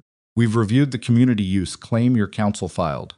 My legal team has some questions about its ultimate standing under Kansas property law, which I think Mr. Garrett can speak to." "It has standing," Rhodes said. "Not combatively, just as a fact. The question isn't whether the claim exists. The question is how long it takes to resolve and what that resolution costs your company in time and legal fees relative to the value of the property acquisition." Garrett looked at Rhodes with the expression of an older professional assessing a younger one and finding the assessment more complicated than expected. "That's one way to frame it," he said. "It's the accurate way," Rhodes said. Voss unfolded his hands. "All right, then let's talk about resolution." He looked at Eliza. "Mrs. Hartwell, I want to be clear that my company's interest in this location is genuine and significant, but is not the only location on our list. There are 3 other properties along this corridor that could serve our development purpose. We prefer this one. For reasons that I think you understand, what you've built here is a proven operation with an existing community relationship, and that has value to us beyond just the real estate." He paused. "But we're not without alternatives." "Then why are we here?" Eliza said. Voss looked at her. "Because I believe a version of this arrangement can work for everyone, and I'd rather spend the next hour finding it than spend the next year in a legal dispute that is bad for your situation, complicated for mine, and genuinely difficult for Mr. Brooks, who has a debt that isn't going to wait for court schedules." She had thought about Brooks's debt every day since he'd told her the number. It sat in the middle of every calculation she made, because it was real and it was his, and it had nothing to do with Voss or Caldwell or the shed, except that it was the lever, the specific pressure point that made everything else possible. "What version?" she said. Voss opened his case. This time the papers he took out were different, shorter, fewer, and she could see from where she sat that they had been recently drafted, the ink still with the slight sheen of recent work. "We purchased the corridor strip from Mr. Brooks," he said. "Resolves his debt. We build a proper facility on the location, real construction, a real kitchen, real infrastructure. You remain as the operating cook and kitchen manager, with a salary commensurate with the operation." He slid the papers across the table. "And we include in the deed and operating agreement a provision that a portion of the facility's capacity is reserved for community use. Non-paying guests a designated number of meals per day. No questions about ability to pay." Eliza looked at the papers. She didn't touch them yet. "How many meals?" she said. 20 per day." Rhodes said, How is community capacity defined when the commercial operation is at full demand? Garrett said, commercial capacity takes precedence during peak. No, Eliza said. Both men looked at her. Community capacity isn't a remainder, she said. It isn't what's left when the paying guests are done. That's not what this is. She pushed the papers back toward Voss, not roughly, just with a finality that indicated she was done with that version. People who come through that door, the ones who need it, they don't come at convenient times. They come when they're in trouble. A family that's been 3 days on the trail and hasn't eaten doesn't arrive at the low traffic hour. They arrive when they arrive. She looked at him steadily. If the community provision is contingent on commercial availability, it isn't a provision. Performance. Voss looked at her for a moment. He looked at Garrett, who gave nothing back. He looked at his papers. 30 meals, he said. Designated as a first-come basis, commercial or community. No distinction made at the door. Plus shelter, Rhodes said. A designated space for travelers who need to sleep. Not contingent on meal service. That's an additional infrastructure cost. It's a room, Rhodes said. Or a portion of one. You're building a facility. One room designated for overnight shelter, community use, no charge. The room was quiet for a moment. The coal stove ticked. Outside the window, the alley sounds of Caldwell came through someone moving something heavy, the distant argument of two men about something that had nothing to do with any of this. Voss looked at Eliza. If I agree to this, I need something in return. Community use claim drops, Rhodes said obviously. That, Voss said, and Mrs. Hartwell agrees to a 5-year operating commitment. If she walks away before 5 years, the community provisions revert to our standard commercial terms. Rhodes looked at Eliza. It was her decision he was clear about, that the look was a question, not a recommendation. Thought about 5 years. She thought about what she'd been doing for 2 months in a broken shed, and then she thought about doing it in a real building, with a real stove, with supplies that didn't depend on what a passing stranger happened to have in his pack. She thought about 30 meals a day, no questions asked, and a room where a boy with a split-soled shoe could sleep without it being a favor. She thought about Noah, asleep near the stove every night with his arms around his knees. 5 years, she said. With one addition, Voss waited. The record book, she said. My record, the names, the trades, the histories, those are mine, not the company's. They don't become part of the business record or any commercial material. Stay with me. Voss looked at this for a moment with the expression of a man evaluating whether something was a meaningful condition or a sentimental one, and arriving at the conclusion that it was both, and that neither made it unreasonable. Done, he said. Rhodes spent 40 minutes going through the revised papers with Garrett, line by line, in the methodical way of someone who did not trust that things agreed to verbally would appear correctly in writing.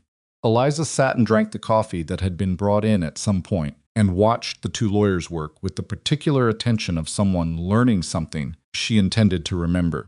At the end of it, Rhodes pushed the papers back to Garrett, with 3 pages of handwritten notes clipped to the front.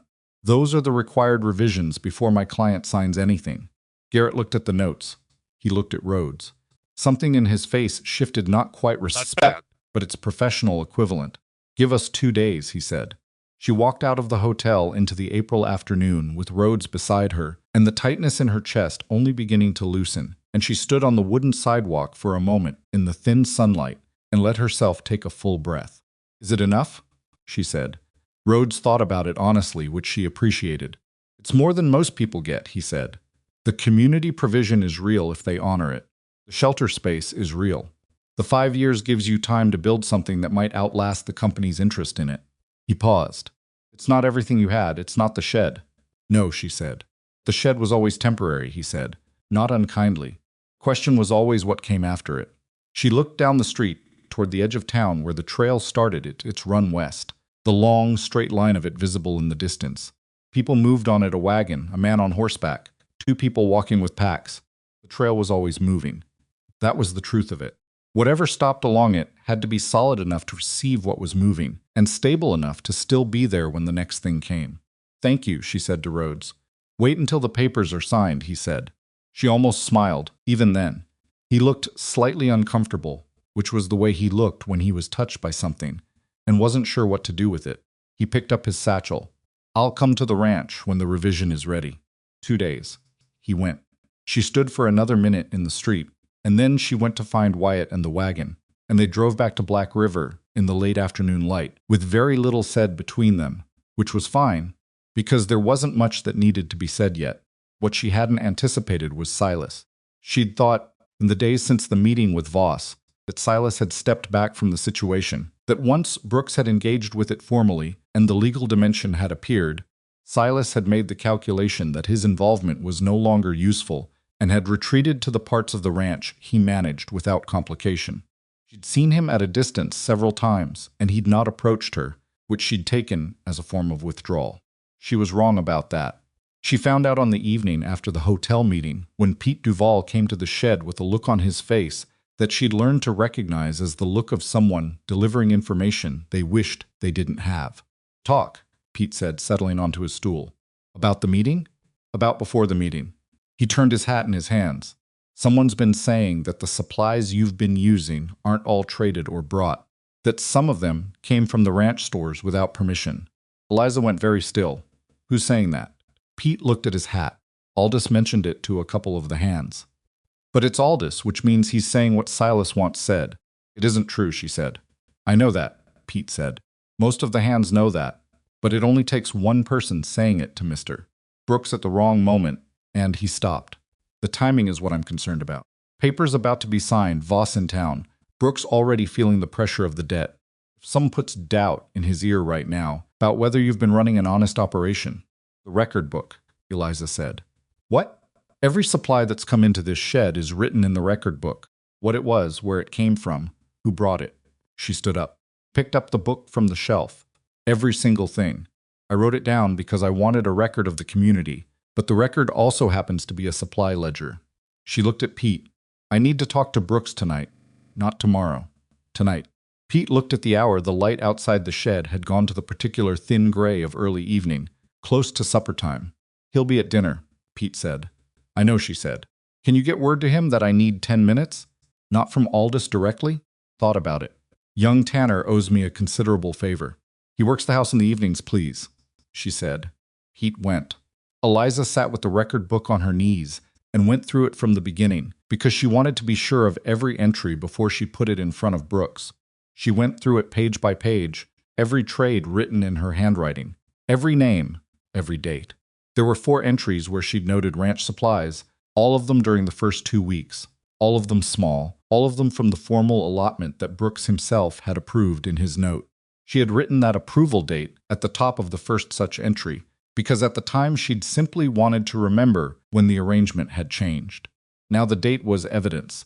Billy Tanner came to the shed 20 minutes later with word that Brooks would see her after dinner at 8 o'clock. She went. Brooks was in his study with the remnants of his dinner still on a side table and a ledger open on his desk, which he closed when she came in. He looked tired, the particular tired of a man who had been managing an uncomfortable situation for longer than he'd expected to manage it. "I heard about the meeting," he said. "Voss sent word this afternoon." "Then you know we're close to an agreement," she said. "I know you made demands," he said, but without heat, more like a man noting a fact. "I made conditions that protect the purpose of the operation," she said. Mr. Voss agreed to them. She paused. "I came tonight because of something else." She set the record book on his desk. "There's a suggestion being circulated that I've been using ranch supplies without authorization." Brooks looked at the book and then at her. "I want you to look at the record before anyone else says anything to you about it," she said. "Every supply that has come into that shed is written there. Every trade, every date, every name. The supplies from the ranch stores start here." She opened to the relevant page and pointed after your written authorization, which I noted the date of. "There is nothing before that date from ranch stores. Not a pinch of salt." He took the book. He read the entry she'd pointed to. He read backward from it, and then forward, and then he closed the book and set it on the desk and looked at it for a moment. "Who told you this was being said?" he said. "Pete Duval." "And who is saying it?" She was quiet for a moment. She did not want to name Silas directly, because naming Silas directly put Brooks in the position of having to choose between a woman with a record book and a man he'd relied on for 11 years. She wasn't sure the record book won that contest in the moment of it, even if it won on evidence. "I think," she said carefully, "that someone who is uncomfortable with how things have developed decided to try a different approach." Brooks looked at her. He was not a stupid man, and she wasn't speaking to a stupid man, and they both knew exactly what she meant and who she meant. "Eliza's," he said, and the use of her given name startled her slightly. He had never used it before. "I owe you an apology." She looked at him. "I let Silas move you to that shed," he said. "I knew it was punitive, and I told myself it was operational, and those are not the same thing." He paused. "I should have paid closer attention to what was happening on this ranch before it reached the point that a woman who worked for me, honestly, for 2 years, ended up sleeping on the floor of a broken-down shed." She didn't look away. "Why didn't you?" It was a direct question, maybe too direct, and she half expected him to retreat from it. But he didn't. "Because Silas runs this operation, and has for 11 years, and questioning his judgment on personnel. Matters felt like undermining something I'd spent a long time building," he said. "Which is its own form of cowardice, I suppose." She was quiet. "I'm not asking you to forgive it," he said. "I'm telling you I know it happened." She sat with that for a moment. She thought about what she wanted from him, not an apology, exactly. She'd never been someone who needed apologies as much as she needed things to actually change, but something real, something that moved. "The Voss agreement," she said. "Will you sign it? The terms are what Voss described to me." "Yes," he said. "And Silas?" Brooks looked at the wall behind her. He looked at his ledger, closed on the desk. He looked at the record book beside it. "Silas is good at his job," he said. "He will remain at his job. There will be a direct conversation about what his job does and does not include." He looked at her. "I should have had that conversation a long time ago." It was not a complete answer, and she knew it. Silas Crow would still be on the ranch. He would still be the supervisor. He would still have his ways of making things difficult for people who challenged him, and his relationship with Aldous, and his 11 years of institutional authority. Conversation with Brooks would not change the architecture of who Silas was. But it was something. It was Brooks acknowledging the shape of the thing, and that was not nothing, and she was trying to be someone who could tell the difference. "Thank you," she said. She picked up the record book, and she went back to the shed. Papers from Voss's counsel arrived on the 3rd day, not the 2nd, which she spent trying not to count hours and mostly failing. Rhodes came out to the ranch with them.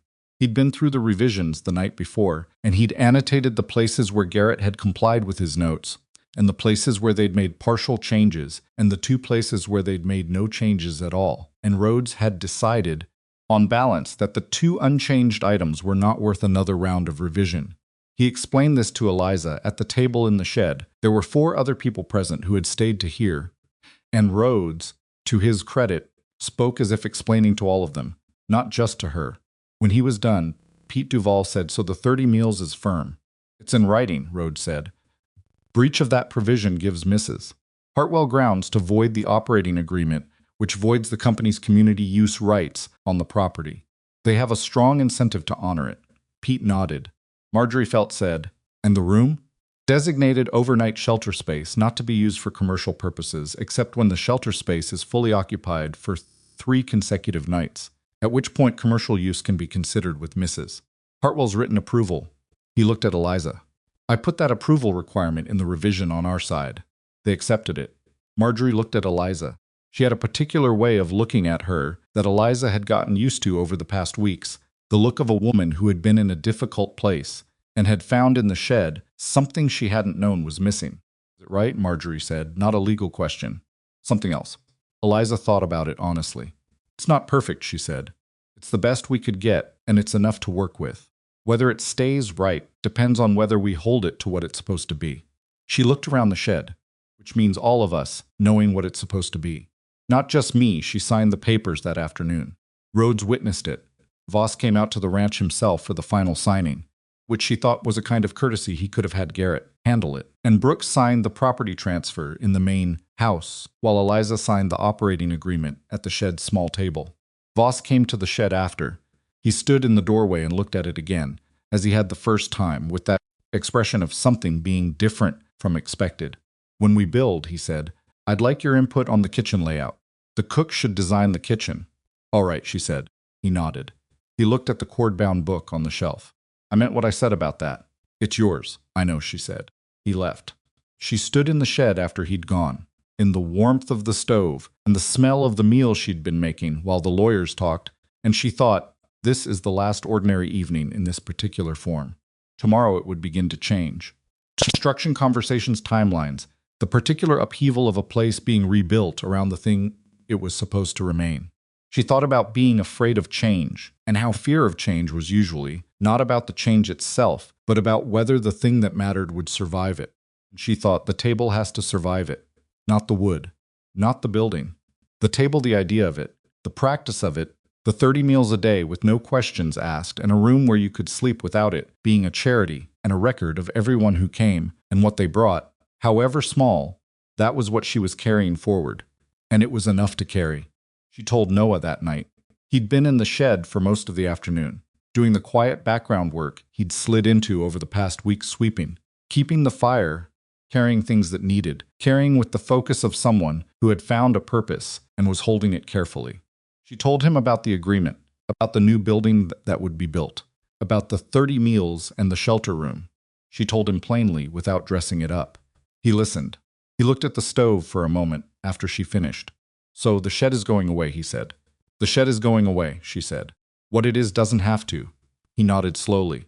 She watched him think about this, watched the thing that was always present in him, the calculation of safety, the mental checking of exits and contingencies.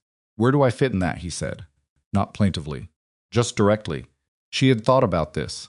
She'd thought about it since the first time he'd stepped through the door, and more deliberately since the agreement with Voss had taken shape.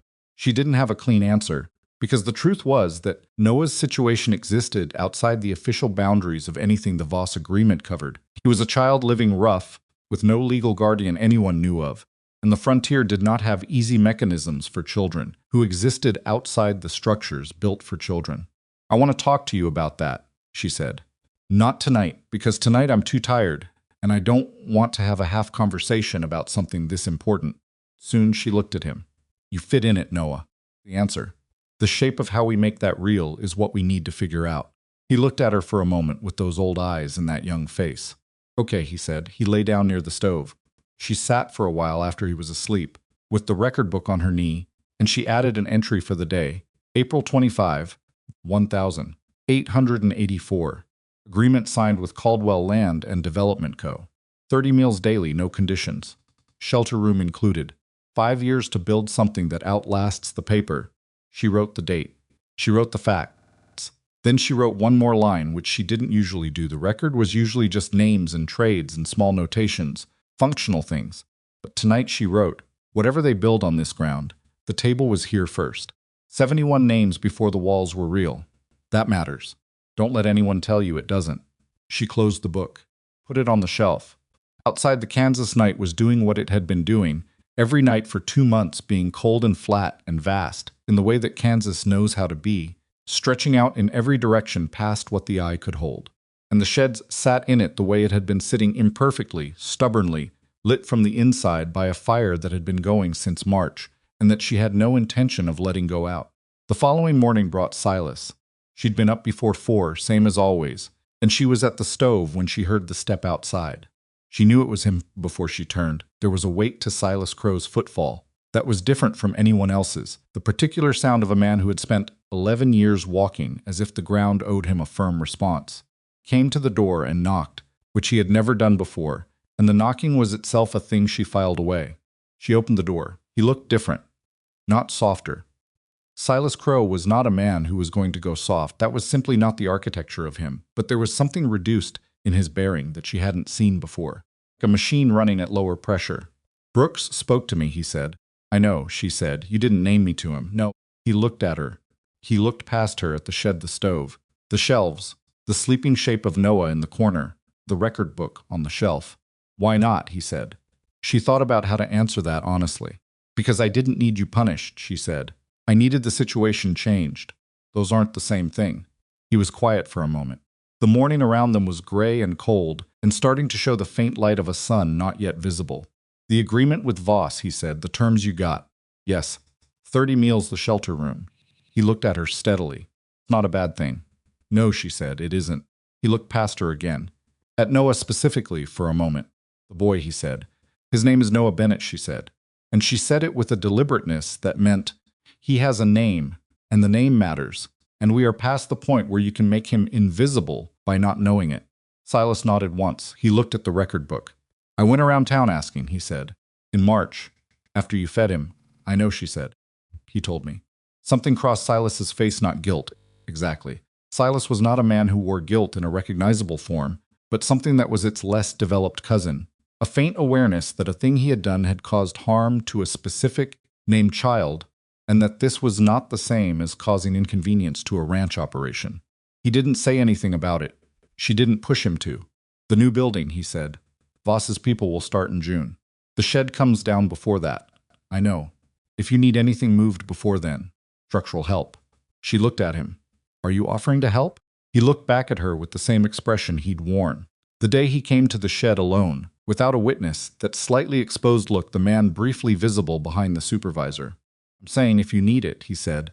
The offer's there.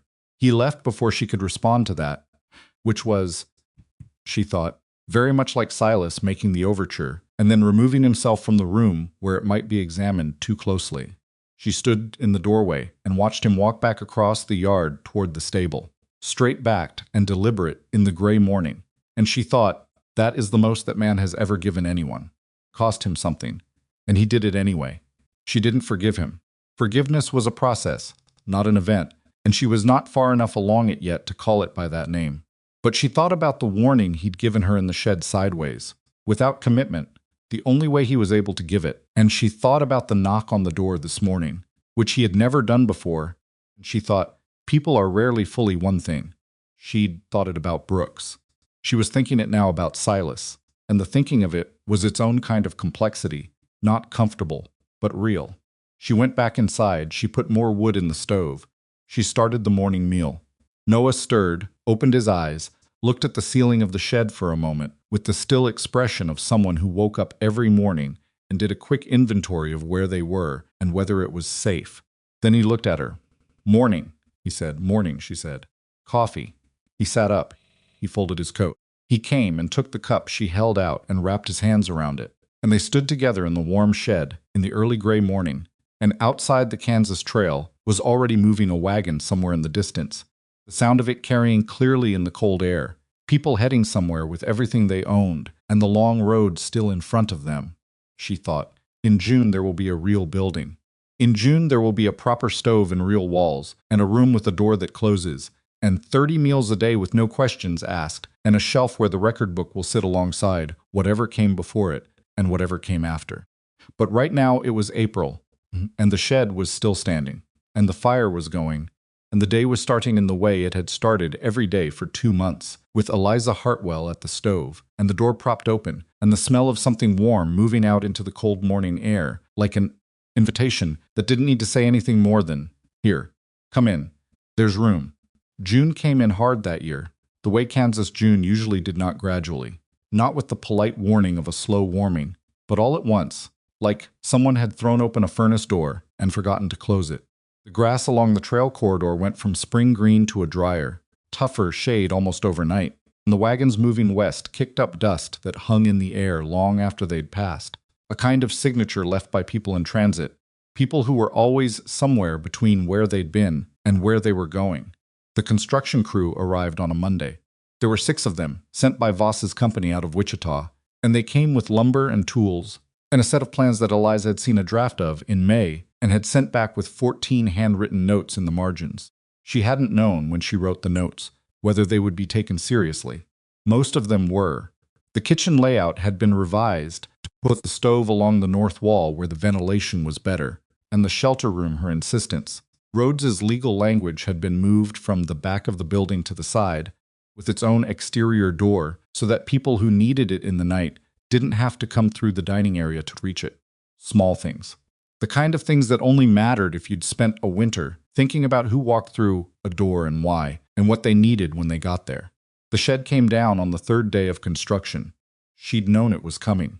She'd had weeks to prepare for it, and she'd spent those weeks methodically moving everything that could be moved: her good knife, the wooden spoons, the jars and tins that had accumulated on the shelves, the 2 mismatched stools, and the cord-bound record book, which she carried herself and set on the windowsill of her room in the main building where she could see it. But watching the walls come down was still something she hadn't entirely prepared for. Wyatt was with her. He didn't say anything, which was the right call. He stood beside her with his hat in his hands while the construction crew worked, and neither of them spoke, and the shed, the crooked door, the patched roof, The stove with its iron bar leg and its particular draft patterns that she'd learned like a second language came apart in the morning light with the clean efficiency of people who didn't know what they were taking down. Pete Duval came and stood with them for a while. Then he said gruffly, "Better kitchen coming," and went back to work, which was the most sentiment she expected from Pete and also exactly enough. Noah didn't watch. She'd noticed, the evening before, that he'd gone out to the shed alone and sat in it for a while after everyone else had gone. She hadn't interrupted that. Whatever he needed to say to it, he should have the chance to say it privately. When the last wall came down, she turned and walked back to the main building and went to work, because that was what you did. You let yourself feel the weight of a thing, and then you put your hands back on the work, and the work was its own form of continuity. The building went up over 6 weeks. It was not fast, and it was not painless. There were 3 days in the second week when rain came in sideways and the construction stopped and the lumber was covered with canvas and the crew retreated to the bunkhouse that Silas had arranged for them. And Eliza cooked out of the main kitchen during that time, with Doyle's somewhat wounded permission. Since Doyle had never been comfortable with her presence in the space he'd been managing since March, Brooks had made it clear that the arrangement was temporary, and Doyle was not a man who argued with Brooks directly. She cooked for the ranch hands and for the travelers who still came, because the construction site had not stopped Pelt from coming, which was something she found herself thinking about often. There was no kitchen now, no shed, no permanent structure, just a dirt lot with a foundation going in and lumber stacked under canvas, and people still came. They came because something in the way the word had traveled along the trail corridor told them that the place at Black River was a place worth stopping. And they arrived to find a construction site, and Eliza Hartwell with a borrowed stove and a look on her face that said, "Yes, this is inconvenient. Sit down. What do you need?" She kept the record book going through all of it. The entries during the construction weeks had a different quality to them. She'd written faster, with less time to elaborate, so the notes were shorter, more compressed. Man alone, said he was a carpenter, asked if we needed help, sent him to talk to the crew. They hired him for the week. Name Frank Aldred. Brought dried apples and a story about a woman in Missouri who made pie from them that he said was the best thing he'd ever eaten. Wrote down the recipe as best he could remember it from 30 years ago. That was the kind of thing that was in the book. Not business records. Not evidence. Just the accumulation of lives briefly intersecting with a specific place and leaving something behind. Roads came out twice during the construction. The first time was to go over the final version of the operating agreement, which had been signed by all parties, but which had 2 minor provisions that needed clarifying language before the building's completion. The second time was not about the agreement at all. He came on a Thursday afternoon and asked if he could speak with her and Noah together. They sat in the main building's back room, the only quiet space available during construction, and Rhodes set his satchel on the table and looked at Noah with the direct, unembarrassed attention that he used when he was about to say something that mattered. "I've been making some inquiries," he said, "about Noah's situation. Legal situation." Noah's face went careful in the way it went careful when the word legal entered a conversation, the slight flattening of expression, the readying for something complicated or bad.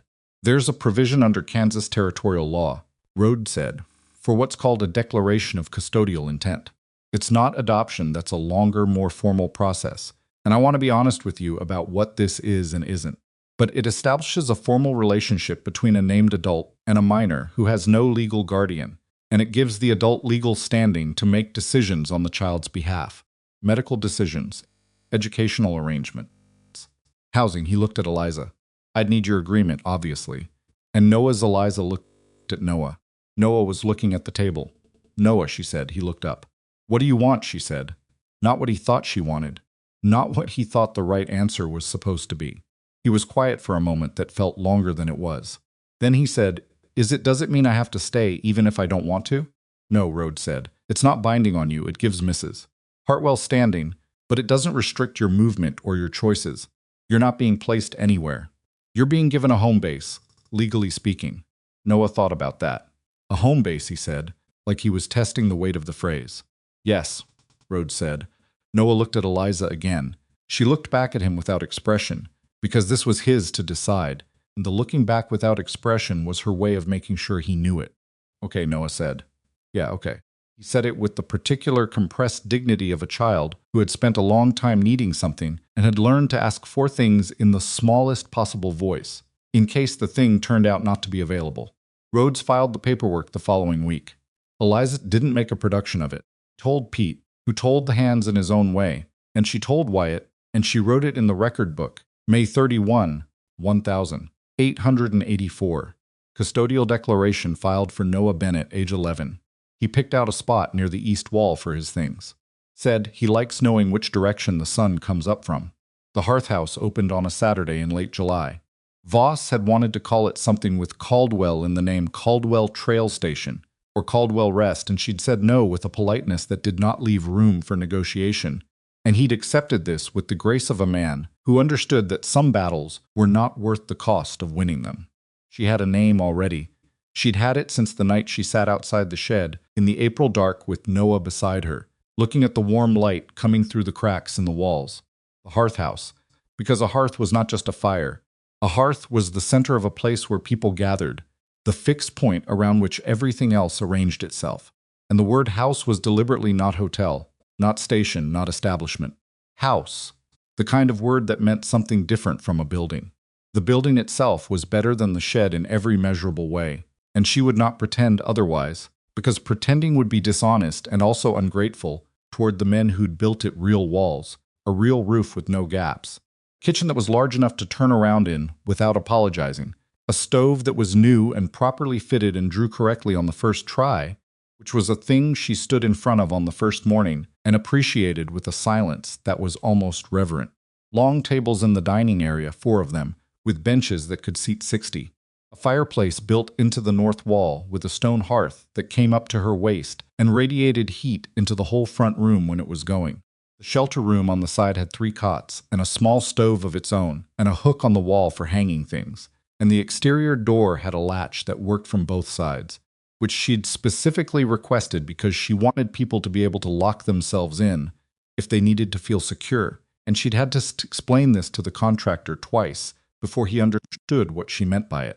The record book had a new shelf built into the kitchen wall at her request, at eye level, where she could see it while she cooked.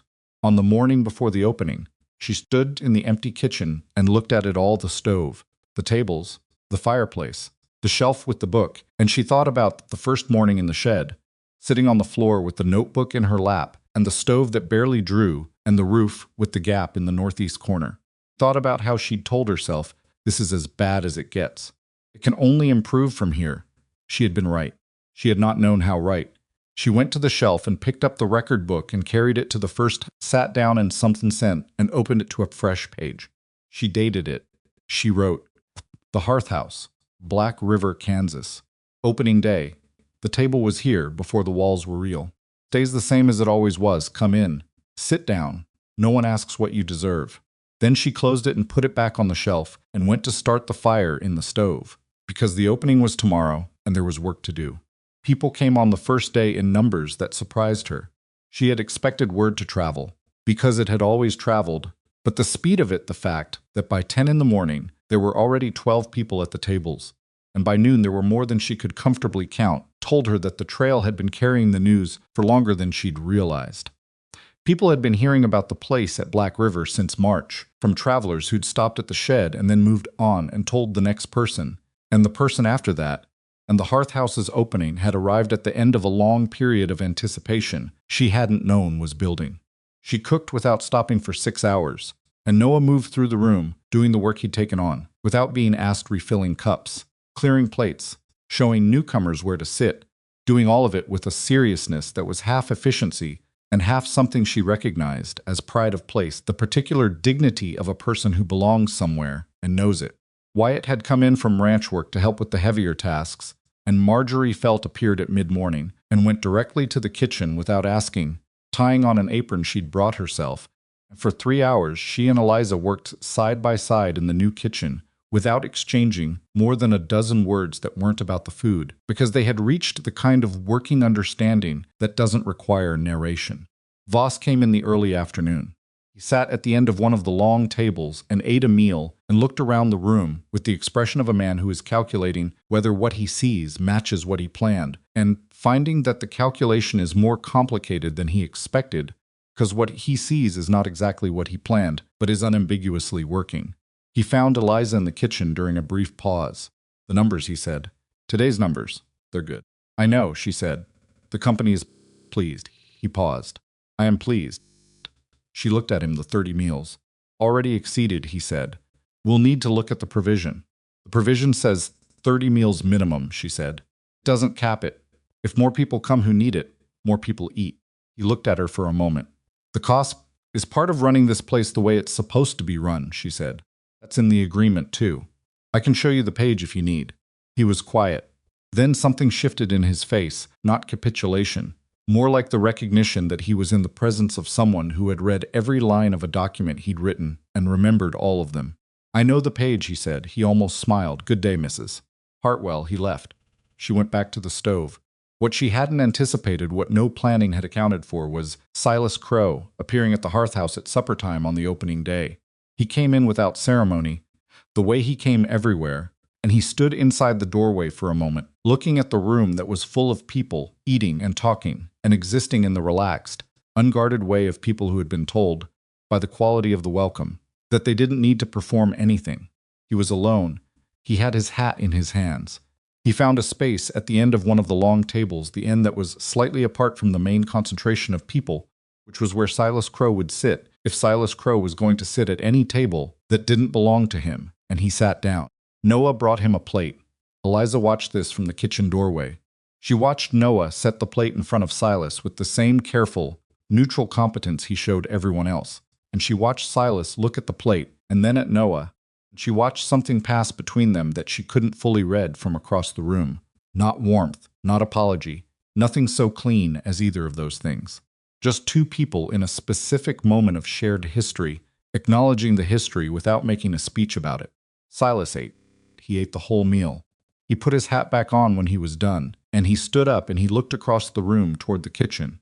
And when he found Eliza's eyes, he nodded once, a single, small, unornamented nod, and he left. She stood in the kitchen doorway for a moment after he'd gone. She thought about what it meant that he'd come. He hadn't needed to. Nothing required it. No social obligation. No professional duty. He'd come because he'd come, and the coming was its own statement, imperfect and insufficient, and still something. Thought, we spend a lot of time waiting for the people who've done us wrong to arrive at a full accounting of what they did, to understand it completely, to apologize in exactly the right words. And sometimes they don't. Sometimes what you get is a man sitting at the end of your table, eating the meal you made and then leaving without making a speech, and you have to decide whether that counts for anything or not. She decided it counted for something. Not everything, but something. And she went back to the stove. The summer settled into a rhythm.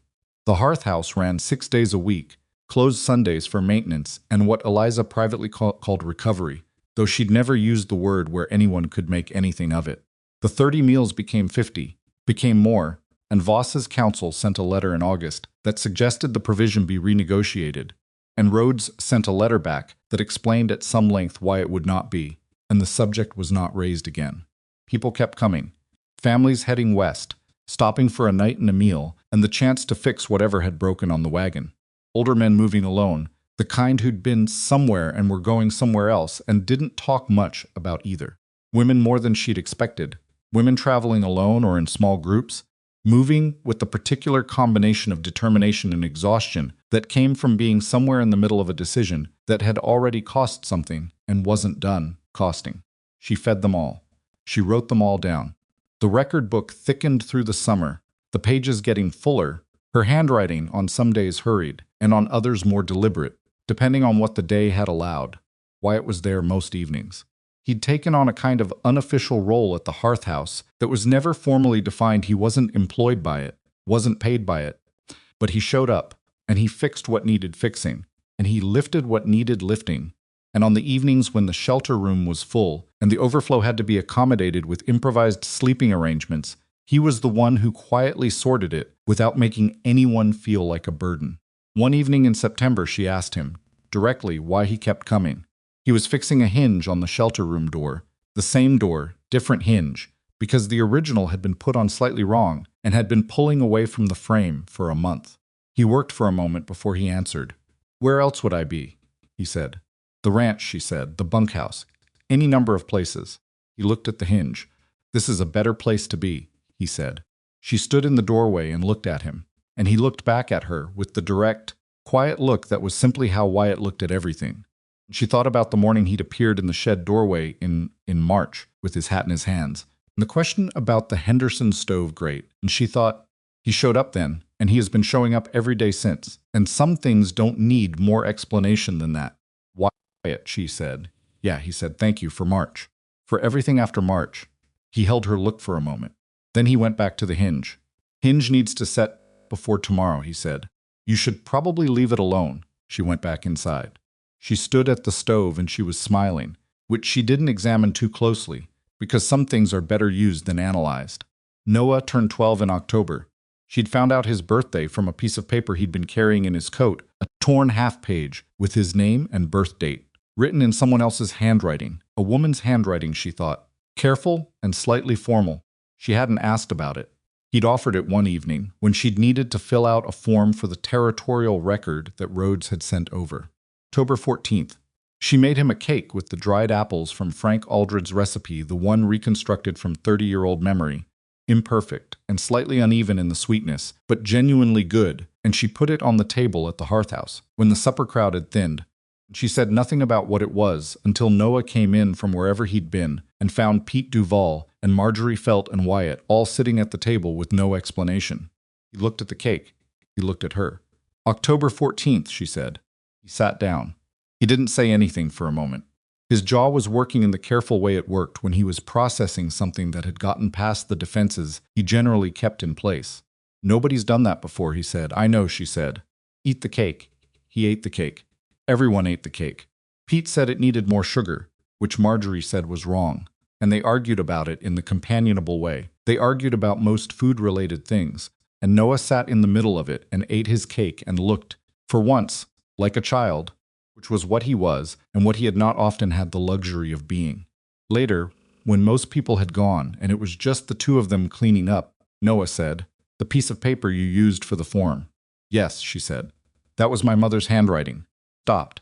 She kept her hands on the table where they were, not moving, not making a thing of it. "She wrote it when I was little," he said. "So I'd remember." He paused. "She died 2 winters ago. That's how I ended up out here." She said nothing. She let the space hold what he'd put into it. "She was a good cook, too," he said. "Not as good as you." "Good. What did she make?" he thought. "Corn pone mostly. She had a way with it. Different from anyone else's." He paused. "Can't remember the exact taste anymore. I keep trying, and it's almost there, but not quite." She picked up the record book from its shelf. She set it on the table in front of him. "Write it down," she said. "Everything you remember. The way she made it, the things she used, the way it smelled. Whatever you have, even if it's not complete." He looked at the book. "It's for the people who come through," he said. "It's for things that matter and shouldn't be lost," she said. "Your mother's corn pone matters." He took the book. He sat for a long time at the table with the pen she'd given him, and she worked around him in the kitchen, putting things away, and she didn't look at what he wrote, because it wasn't for her to see yet. And when he finally closed the book and set it down, his face had the particular quality of someone who has just set down something heavy they've been carrying for a long time without knowing they were carrying it. Put the book back on the shelf. "Thanks," he said. "Just that." "Go to sleep," she said. "You're 12. 12-year-olds need sleep." He almost grinned, which was a new thing on his face. Still slightly unfamiliar, like a word you've heard before, but are only now learning to use. He went. Calvin Rhodes married a woman named Clara Benton in November, and he brought her to the hearth house for a meal the week after, which was the closest thing to a celebration either of them was comfortable with. Clara Benton Rhodes turned out to be a woman of strong opinions and a quick mind, and the particular habit of saying exactly what she thought with very little preamble. She and Eliza got along immediately in the way that people get along when they both lack patience for performance. "He talks about you a great deal," Clara said, over supper, while Rhodes was talking to Wyatt about something at the other end of the table. "Does he?" Eliza said. "He says the record book is the most interesting legal document he's never been able to use in court," Clara said. "He means it as a compliment." I know he does, Eliza said. Clara looked around the hearth house, the full tables, the fireplace going, the sound of the room which was particular to it, specific mixture of voices and movement that came from a place where different kinds of people were occupying the same space without ceremony. Did you know it would be this? Clara said. Eliza thought about that honestly. I knew what it needed to be, she said. Whether it would get there, no. I didn't know that. Clara nodded. She was quiet for a moment, watching the room. My aunt ran a boarding house in St. Louis for 30 years, she said. She used to say that the difference between a place where people felt welcome and a place where they just felt tolerated was whether the person running it actually wanted them there. She looked at Eliza. You can feel it in here. Eliza didn't say anything to that. She refilled Clara's cup and went back to the kitchen, and she thought about the distinction welcome versus tolerated, and she thought about Silas taking the rule sign off the wall and saying, no feeding strangers without permission, and she thought about the boy standing outside the door in the cold March morning, not asking, just standing in the smell of the warm food. He had not known whether he was welcome or tolerated. He'd found out when she opened the door. That was the whole of the thing, distilled down to its simplest form. Not a philosophy, not a system, not a set of rules about who deserved what under which conditions. Just a door and someone deciding whether to open it, and the particular life that happened on the other side of that decision. She thought about how many times in a person's life that kind of decision happens, not the dramatic ones, not the ones that look like turning points when you're standing in them, but the small ones, the ones that take 10 seconds and cost nothing and change everything. Plate of food, a door held open. A name asked and remembered. A recipe written down so that a dead woman's corn pone doesn't disappear from the world entirely. The accumulation of small decisions into a life, into a place, into something that meant something to the 71 names in the record book, and the names that came after them, and the names that would come after those. Nathaniel Brooks died in the spring of 1886. He'd been ill through the winter, the kind of slow illness that a strong man manages to keep private until he can't anymore. And when he went, it was in the main house, in his bed, with the early spring light coming through the window that looked out toward the trail. He had, in the months before he died, made several decisions about the ranch that people learned about after. One of them was that the Hearth House operating agreement would be honored in full for the remainder of the 5-year term, and that at the end of the term, Eliza Hartwell would have first right of negotiation on any future arrangement. He had also, in a separate document, left a personal note to Eliza that his lawyer delivered after the funeral. It was short 3 sentences in the slightly labored handwriting of a man who had been managing pain while he wrote. You were right that there is a difference between a cook and what you were. I was slow to see it, and I am sorry for the time that cost you. The ranch was better for what happened in that shed. She read it twice. She folded it and put it in the record book, in the section for March 1884, where it belonged chronologically, and she left it there. Silas continued as the ranch supervisor under the terms of the estate. He was competent at it, which had always been true. He came to the Hearth House, occasionally, not regularly, not with the warmth of someone who had found their way to belonging there, but occasionally, on his own terms, in his own time. She always made sure there was a plate. He always left without making a speech about it. The understanding between them was imperfect and sufficient, which was about as much as imperfect people could usually manage. 5 years pass the way 5 years pass when you are doing work that takes all of you, not quickly, not slowly, but steadily, with the particular quality of time that is fully occupied. The Hearth House ran. The record book filled.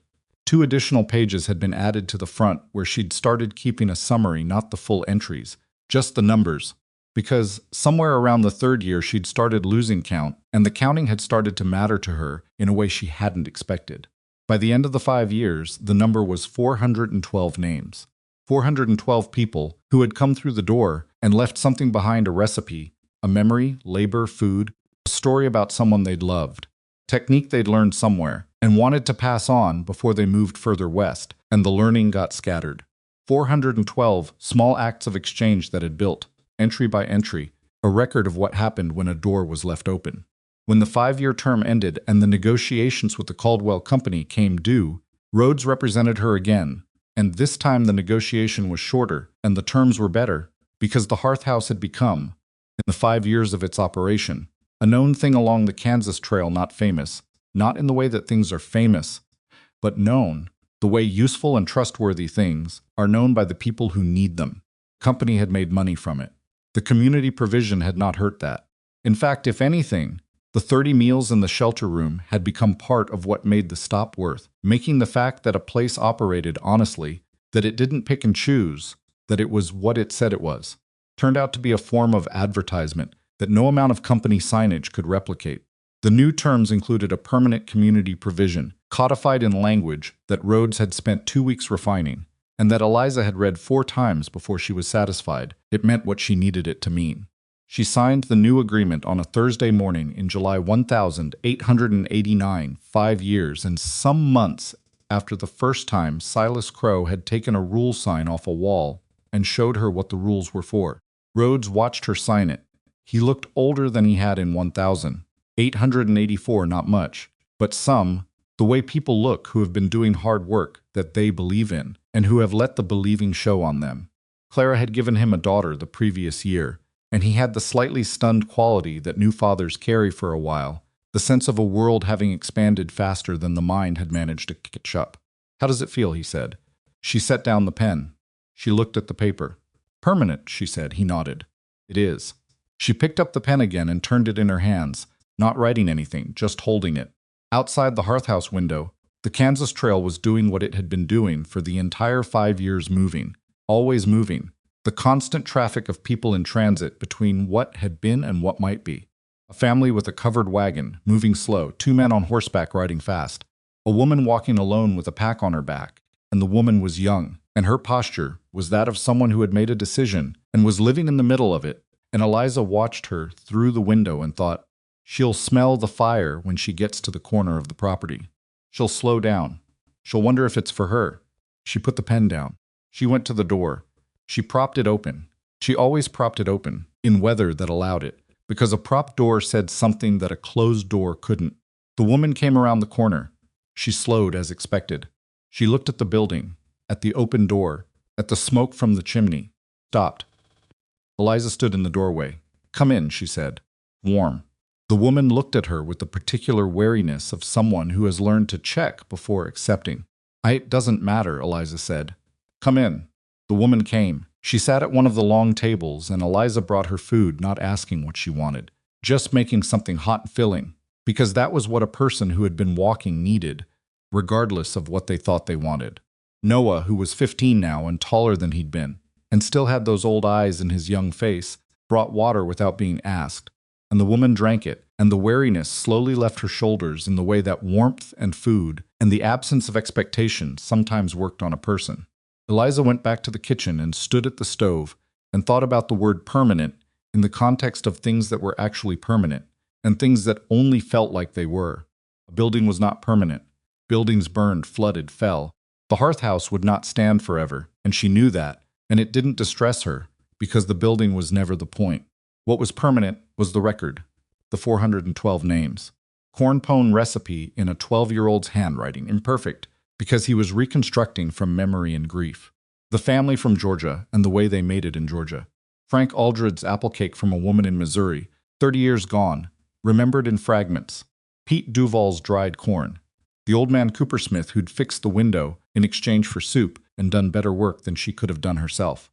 What was permanent was what got written down and kept. What was permanent was the act of caring enough to record a name, to treat a small history as worth keeping, to say, you were here. You mattered. The fact that you came through this door is something worth writing down. And what was most permanent of all, what survived buildings and agreements, and the deaths of ranch owners, and the passage of 5 years, and would survive everything that came after, was the decision itself. The one she'd made on a cold March morning in 1884, standing in front of a rule sign with a plate of food in her hands, and a hungry boy outside the door. Could have put the plate back. She could have looked at the sign, and looked at the boy, and made the calculation that said, the cost is too high. The rules are clear. This is not my problem to solve. It would have been a reasonable calculation. Most people would have made it. Most people do make it. In the 1,000 small versions of that moment that life presents, because the cost of opening the door is always visible, and the cost of not opening it is usually invisible. spread out over time and across other people's lives in ways that are hard to trace back to the original decision. But she'd opened it. She'd made the plate and held it out and taken what came after. And what came after had been hard and costly and worth every bit of the cost, and she would do it again without hesitation, and she would do it tomorrow. And she was doing it right now at the stove, with the door propped open, feeding a woman who had nothing to offer in return except her hunger, which was enough, which had always been enough. That was the lesson, if lessons were what you were looking for. Not a complicated one, not a profound one, in the sense of being difficult to understand, just the one that is hardest to live, that the people who need the most are often the ones with the least to offer, and that building your door around what people can offer means closing it to the very people the door is for. She had known this since March 1884. She had known it every day since. And she would keep knowing it every morning when she got up and started the fire and propped the door open and waited for whoever was going to come through it that day, carrying whatever they were carrying, needing whatever they needed. Noah appeared at the kitchen door. He was carrying a stack of clean plates, and he set them on the shelf with the efficiency of someone who had been doing this long enough that it was simply what his hands knew how to do. He looked at her. "Fire needs more wood," he said. "Put some on," she said. He went to do it. She watched him move through the kitchen, tall, competent, careful, the boy who'd stood outside a door in the cold March morning and not asked, just stood in the smell of the warm food and waited to find out whether the world was going to be a certain kind of place or not. It had turned out to be this kind. Not always. Not everywhere. But here, in this particular building, on this particular stretch of Kansas Trail, with the record book on the shelf and the fire in the hearth and the door propped open here, was this kind. She turned back to the stove. She put her hands on the work. Outside, the trail kept moving, kept carrying people past and toward the open door. And the smoke from the chimney went up straight in the still July air, visible for half a mile in either direction. The oldest kind of signal there is. Something is burning here. Something is warm. Someone is home. Come in. There's room.